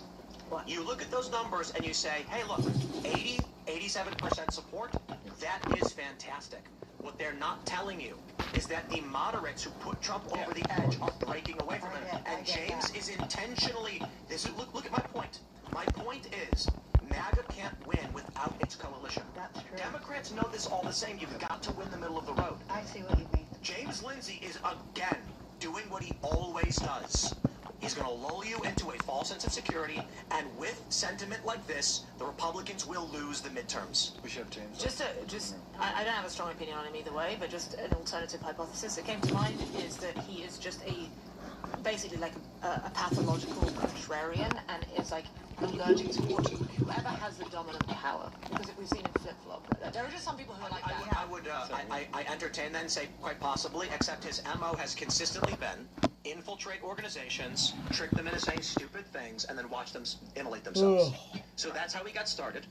He worked, so here's what I see with this guy, and congratulations getting more airtime, he's so desperate for it. He works in academia and he gets upset that it's being taken over by Marxist ideology. He's a social liberal, he's in a polyamorous relationship, with, and he talks about how he and his daughter go check out chicks together and stuff like this. This is a traditional social liberal view that it's not overly leftist, you know, no trans in the kids and stuff, but sexual liberation, feminism, etc. The conservative movement opposes those things. He doesn't want either the Marxists or the conservatives to win. So the first thing he does is he infiltrates the Marxists, makes them look like morons by publishing Mein Kampf, but the words are feminist terminology instead of Nazi terminology. No, they're hilarious. He read some of them to us. Indeed, and the conceptual penis, and we all laughed because he was targeting Marxists. Then he started doing the exact same thing to conservatives, publicly stating he's doing it to destroy them. But see, the thing is, he gloats at the fact that they are not smart enough to actually read what he's saying. And he talks about it. The woke right term he said was coined to create a catch-all to attack any conservative so he can put them under an umbrella. He literally says, he tweeted out that national conservatism is loss, not woke right, not anti-Israel. He's trying to destroy conservatism because the way he wants to live is open marriages, polyamory, and sexual liberation. And that's fine if you believe in those things. You're allowed to have those opinions. My only point is, if James was an honest actor and said, I do not want a conservative Christian world, I do not want a conservative Christian country, I want to be in an open relationship, and I want to watch my daughter, you know, or stepdaughter or whatever. I think his stepdaughter actually hates him or something. But if you want to live in that world, just say it. Tricking conservatives so that they immolate themselves is despicable. Okay, let me ask you, because I'm listening to you and I get it. But isn't that what Tucker and Candace are doing too? Well, the thing about Candace is that she is quoted as saying, I believe whatever the people believe. So I would say her motivations largely are she just wants to be on top of the mountain. Although I have questions about how she's married to a British lord and her lawyers work in the same building as federal agents.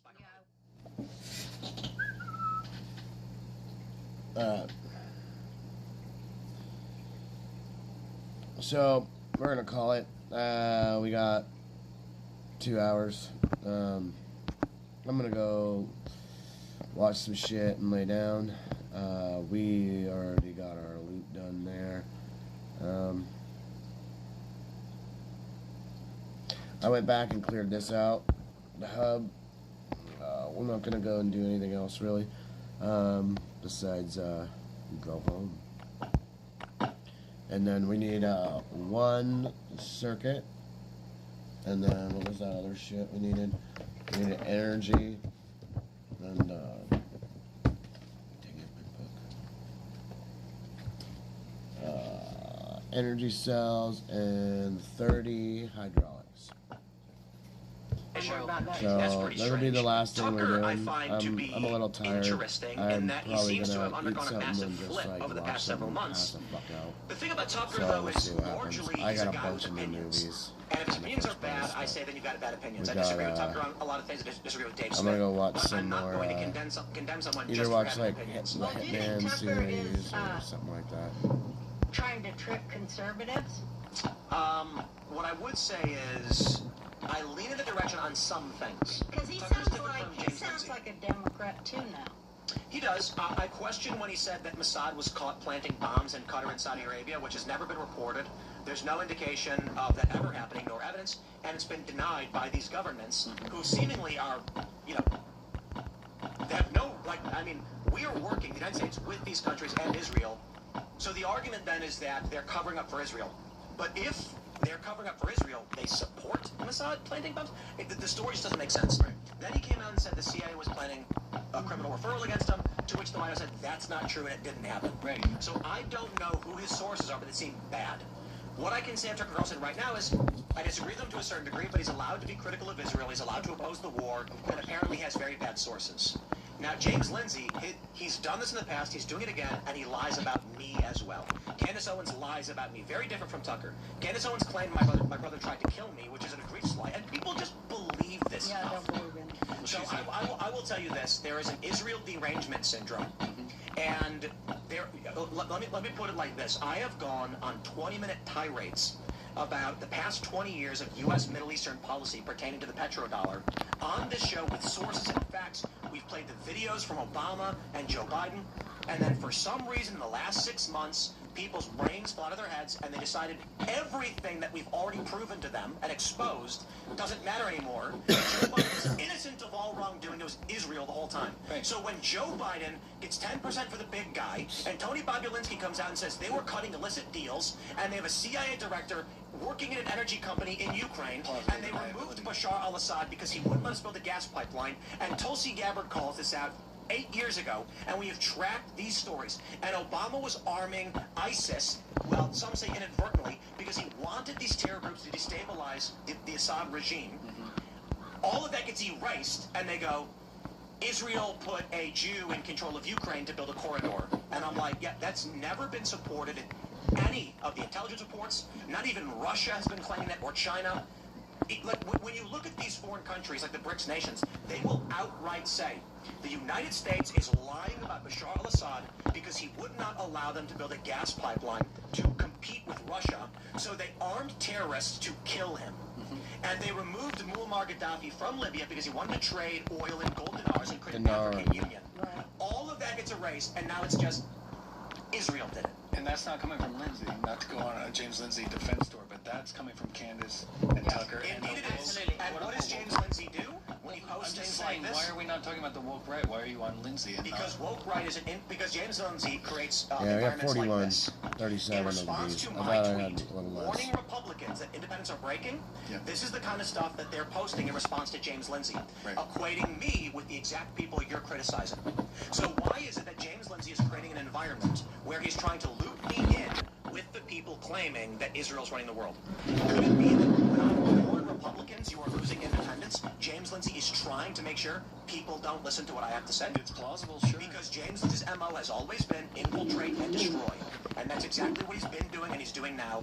And I will stress this again, woke right is an incomprehensible term when you have Chris Rufo. Chris Rufo's woke right? Chris Rufo supports Israel. Mary Morgan is on pop culture crisis. Mary Morgan comments on Timothy Chalamet. No, this is the one example I'm making. Because Home Math doesn't even talk about this. He does commentary on feminism.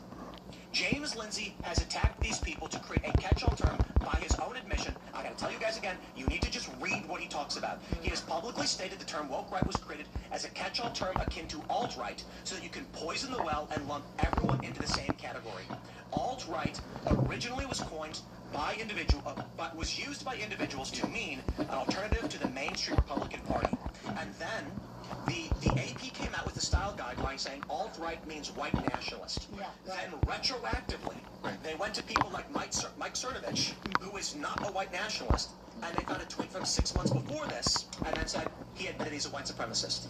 This is what James Lindsay admitted to doing. So the term woke right. What would you like us to call them? Yes, so define woke in 15 words or less. Or the actual people dividing MAGA, who are they? So when you're referring to, let's jump They're to... Jew haters. Well, yeah. Sure. But that might just be... They're Jew haters. So if you've got these people right here, which is Candace Owens, Brett Weinstein, Megyn Kelly, Nick Fuentes, Dave Smith, Glenn Greenwald, and Tucker Carlson. Nazis.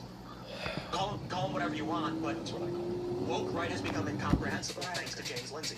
So when you say woke right to me, I say, stop insulting my friends. And you go, oh my God, you're friends with woke right? I say, I employ some of them. And then in your mind, you're thinking Nick Fuentes. In my mind, I'm thinking Mary Morgan. James Lindsay did that.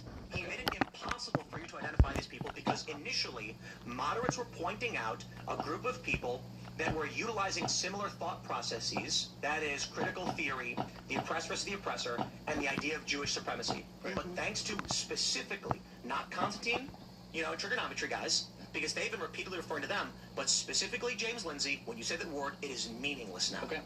So let's come up with a new word. Well, I think woke, Jew hater. Woke is I like Jew hater because that is what it is. And that is just a raw... That's what power does. Well, I don't That's think... what power does when it's going to get exposed. It throws Jews as raw meat to the hungry dogs in the street. Jews work. I'm talking about, Jews working, banking and all that shit. Jews work for people who don't work. That's what people middleman gets thrown, and everybody blames the middleman. Well, who's at the tippity top? Why do we never go there? Why do we never look at that?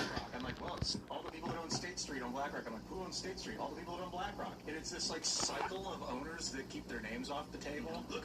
Maybe it's James Lindsay. Probably. Look at these tweets published in direct response to my post. Get out of the Podcastistan bubble. Oh. I do not believe that anybody who watches my show, where quite literally we had on Leonardo Joni, where I said, I called her a retard. I did apologize for calling her a retard. She's a retard. Because she blames Israel for everything. Why would James Lindsay accuse me of being woke right? Yeah, you're not woke right. Because he's trying to make the term incomprehensible. Okay, well, I understand. He's trying to, because he is an infiltrator, he's a liberal. I believe that he hates Jews. I believe he's just like the left. He hates Israel, he hates Trump, and he wants social liberalism back. He wants Pete Buttigieg to be president. He wants Gavin Newsom. He may not like them, personally, but I tell you, this is a guy who would rather have Gavin Newsom than Donald Trump.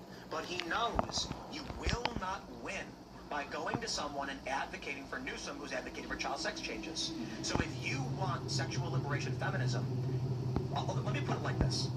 The reason why this is really easy for me to point out is that when I did nonprofit fundraising, the first thing I would train as a manager and one of the best in the country, you always must approach the individual you are trying to sell as them. Right.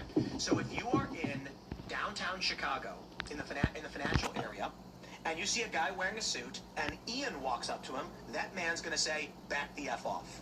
But if you walk up to him wearing a suit and immediately reach for his hand and shake and say, sir, but a moment of your time, and you behave like a businessman, you can sell him anything. You wouldn't say it to me, by the way. You'd be like, get over here. No, that's actually not what I would say. Wrong. If you want to go to Columbia a few blocks away and sign up college kids, don't send a guy in a suit. Send Ian with a cane and a top hat, because every college kid's going to stop them. James understands this. This is social engineering 101. In order to manipulate someone, you have to be them. So he approaches conservatives and says, I'm just like you, feeds them disinformation, distorts their worldview, tricks them, and disrupts. He did it to the left with the Marxists. He's doing it to conservatives now. So I don't think woke right is Jew hate. I think that people that are woke are easily manipulated into hating Jews. I think it's a tool used, yeah. It's people. It's a tool. It's a wedge. It's a tool of kings. Yeah. It's always been the tool of kings to retain power. It's divide and conquer. That's why they're a scapegoat. Jews made up the fucking term scapegoat. Idea, which is a nonsense statement. And a theologian You guys look it up. God is Like the Judas goat. And my belief is rooted in historical So scapegoat is something to like, blame it on that person. So literally, it's what's the scapegoat? Oh, he's a scapegoat. So again, all from the Jews. Imagine that shit. All these like terms that there is for like negative things and shit like that. It all comes from that. Brought on individuals like Michael Knowles, who he has explained in great detail and with tremendous logic his worldview. And if you did not understand that, that doesn't mean he's wrong. Yeah, I didn't say he was wrong. I said he claims something without evidence. Or That's without not proof. true. You just But also, don't are you comprehend. defending Michael Knowles' worldview? Yes. You believe it? I don't have to believe it to defend his logic He has a behind it right and to the have it, explanation. but you don't necessarily believe what he was saying was true. Ian, Michael Knowles has don't evidence waste of his time defending claims. it, dude. Can I say evidence? I mean, there's... You just said he didn't have evidence. It's real. I'm talking about enough evidence bordering proof is what I want. So you said proof. Proof is different. And Yes, you a can't prove large gravity. swath of evidence. We have enough swath of evidence. And also, I think gravity is magnetism. I think there's more evidence See, to you show that don't it's actually magnetism. know. And this is the I mean, you problem. can look at... like, This is your dogma. Maxwell's equation, if you want to do the math and watch it happen over and over again. Ian, I'm going to say this again. Your understanding of these issues is blocked at like a certain level. We need and one more. because I think you lack the perspicacity to understand One fucking more why here, your and I need to buy worldview is two of these. identical Oh yeah, to we gotta Michael bring Knowles some in steel terms of your plates. own argument. Oh, I forgot about that what one. part of my worldview? You When do I ever tell you never actually did any of the experiments to prove that electrons exist, yet you are adamant they do. And then you would criticize Michael Knowles for having faith and calling it dogma and saying it's woke.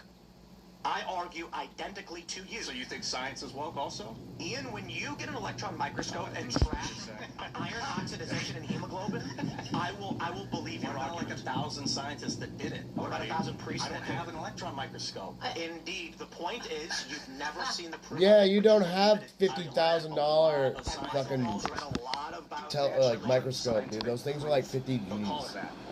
Electron microscope is up there. You're saying it's like a truth is not the same in the same ballpark as theology at all. It can't be The point I am making is Ian has never investigated any of the claims he's made about graphene, but he believes them. That's dogma. Listen, I don't think that has to be done. Like, you don't have to have physically done a test in order to, you know, there's a ton of stuff. You believe the way a car engine works, but because you know that an engineer says it. Like, it's okay to. And that is not my argument. My argument is, do not criticize a learned theologian that you don't understand when you yourself has not sought to understand your own worldview.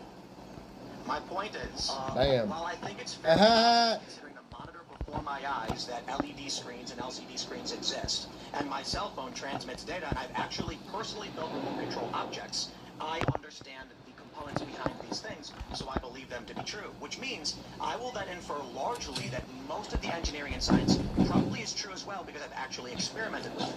Then when I communicate with someone like perhaps Michael Mills, a great example of this, who explains in great detail why he believes what he believes, and it is logically sound, but it doesn't have, there's no like microscope vision of what God or logic is.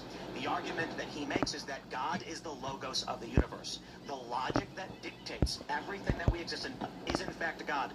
Ian, when you say that's dogma. That's not logic. You call it logic. It's not logic. To say that God is logic, therefore that's a logical statement. He has no proof or evidence of that, dude. I think you lack the comprehension to understand what I'm saying. You just said he was making a logical conclusion that God is real based on the Christian faith. That's logical. You just said that was logical. He's saying God is logos. I don't think you have the comprehension to understand what I'm saying. You just said that Michael Mills was making a logical argument about the theology of God. Yes.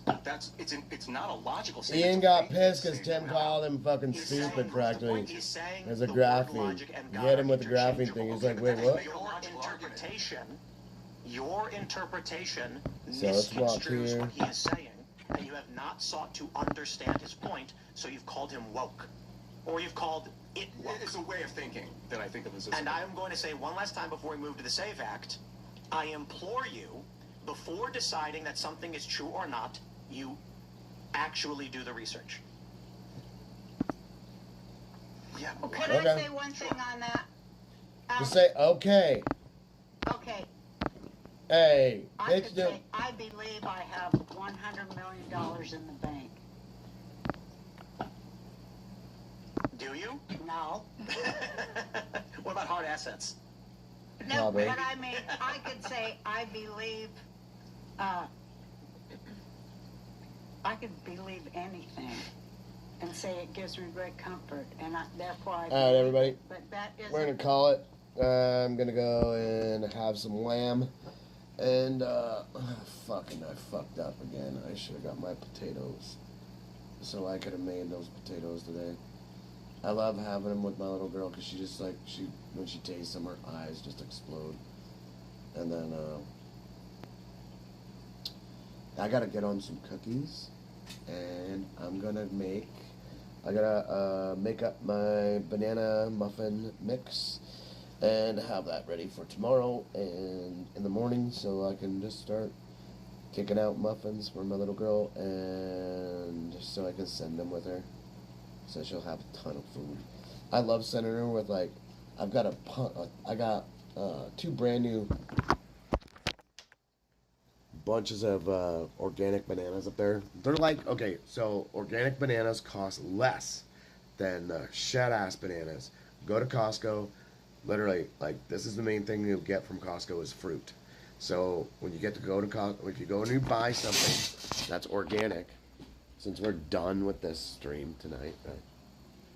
What I want to show you here. Oh, I don't want to pull that out of the fucking ceiling. Come on, bananas. So when you're buying bananas, look for this purple band. All right, the purple band, and when you go and look for the number. It says USA Organic. This has a 9. right here. It says right here 944011. So this is where it comes from. Look for that 9. The 9 is fine. Everything else is bad. All right? Remember that. So, I mean, all my shit is usually organic. I picked up some home-style chicken noodle soup, which I just might grab. There's rest of my little girl's food, her orange chicken. Yeah, and my little girl uses chopsticks. It's pretty fucking rad. So, and then we got a little bit of watermelon. And we got a little dishes. So, anyways, I'll see you guys tomorrow. I might stream in the morning. I'm trying to get all my shit done so I can get my fucking tort claim. And get my tort claim, I can go and file for... Listen to this, all right? So I got a tort claim for not just the water. I got a tort claim for $125,000. I'm just gonna wash my hands. It's sticky. And so I got a tort claim for $125,000 from Coeur d'Alene for a fucking fake DUI. That $125,000 cash, whatever, I'm gonna take and file my shit against the state of Idaho for my top time because I was in prison. They took away 189 days of my top time, like of time served, like my credit to time served. So the thing is, I got 489 days credit time served from my judge. And when I went down there, they only gave me 400 days, like the parole board. So they literally extended my fucking prison time by 189 days, which gives them more. It makes them able to keep me past the fiscal year because it's 180. Anything under 180 is less than a year, and they get less money. So they wanted to keep me as long as they fucking could, so they can collect money from my fucking ass. They did. So it's $2,500 a day. It might be more now. So I remember when I did it, it was $2,500 a day for time your serving over your top time or serving over your sentence. If you when you top your sentence out, that's when they give you a gold seal. I got one. I have a fucking prison gold seal in my fucking room. Pretty nuts. Right next to all my other certificates. It's kind of fucking crazy. So, ends up, after you get that done, right? When I was down there, I did all my math. My math is always math and perfect. It's $482,000 that Idaho owes me for 189 days over my top time. If anyone is out there that wants to help me with this, I will help you. And you won't even understand. As soon as I get that chunk, somebody helps me with it, I'll give you fucking $80,000 cash. So I'll cut you in. And then this is the thing. I have all my shit, and I'll federalize my name, and I'm going to federalize my daughter's name so no one can use any of our names in anything. And then I'm going to start doing my Roth IRAs, but then I'm going to start with my fucking lawsuits. So I need to get this done in the next few months. So if anybody can hook me up with some shit, not like, with some fucking, with some knowledge and whatever. If you're on Facebook, DM me. If you're on Twitch, you can do the same. Instagram, since we're on Instagram right now too, because we're on, as of right now, we're on 4 different platforms. So we're on YouTube, we're on Twitch, we're on Facebook, and we're on Instagram. So I don't need some jailhouse lawyer to try to help me with this. If you are the person responsible to help me get this done, and you have somebody else helping or whatever, I'll pay you no matter what. So, and I will take care of you. And so if somebody helps me, I'm gonna help you for the rest of your life. All I need is a little bit of help. My dad died a long time ago, and I can't get help from anybody. Not kidding. But it's not like I'm a bad person. It's like my dad's not here to use a fucking black book. I have his black book, but there's people that I'm not too sure on who they are. Which I really wish my dad was still lasted about a year longer or something, and so I could have asked him about his black book and who to talk to if I ever needed something. Because we had a series of lawyers in Omaha for our bar, you know, my dad's business ship. But David Perlman died a long time ago. Our awesome accountant and no, he wasn't our accountant. I think was David Perlman our accountant? No, I think he was our lawyer. And my grandpa's lawyer. So the thing is, like, I think the Wingates were our accountants for the nightclub and my dad's businesses. So, which is another person of my grandpa's. But yeah, I pissed in their garbage can when I was little. I felt so fucking bad. You don't even know.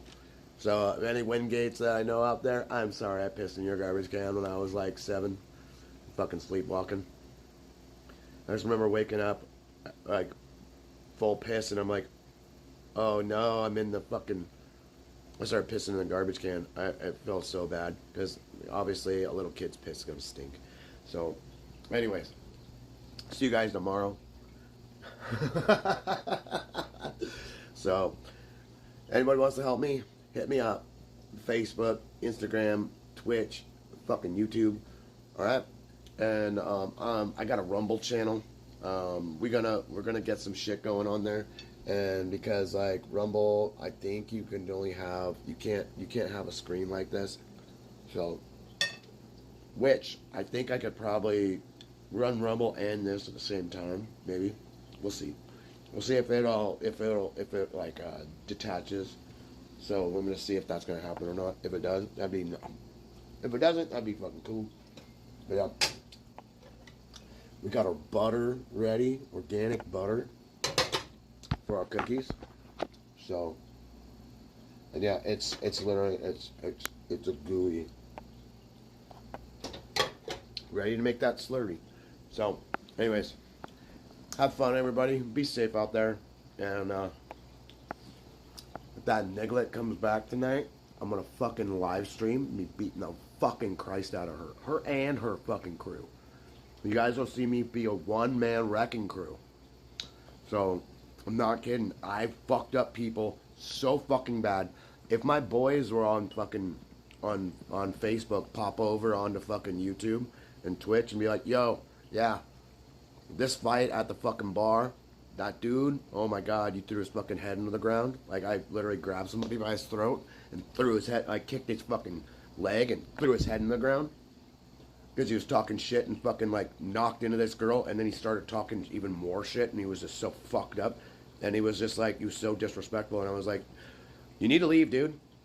He's so loud, why didn't you fucking make me? And I went, I didn't say shit. Didn't say one fucking word. All I went was, boom! Sweep the leg, throw the fucking neck. Concrete fucking floor.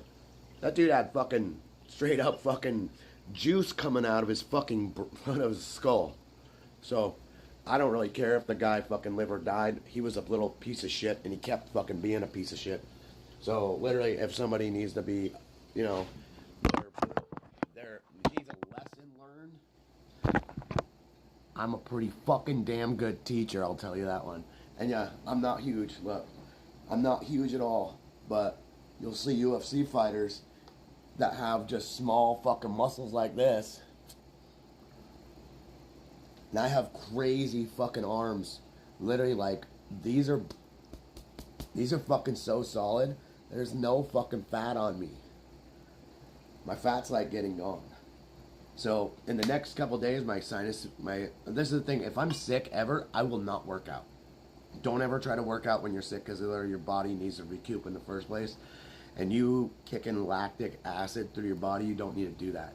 So, because you already need to be sweating all of your impurities out and all of your whatever illness you got going on.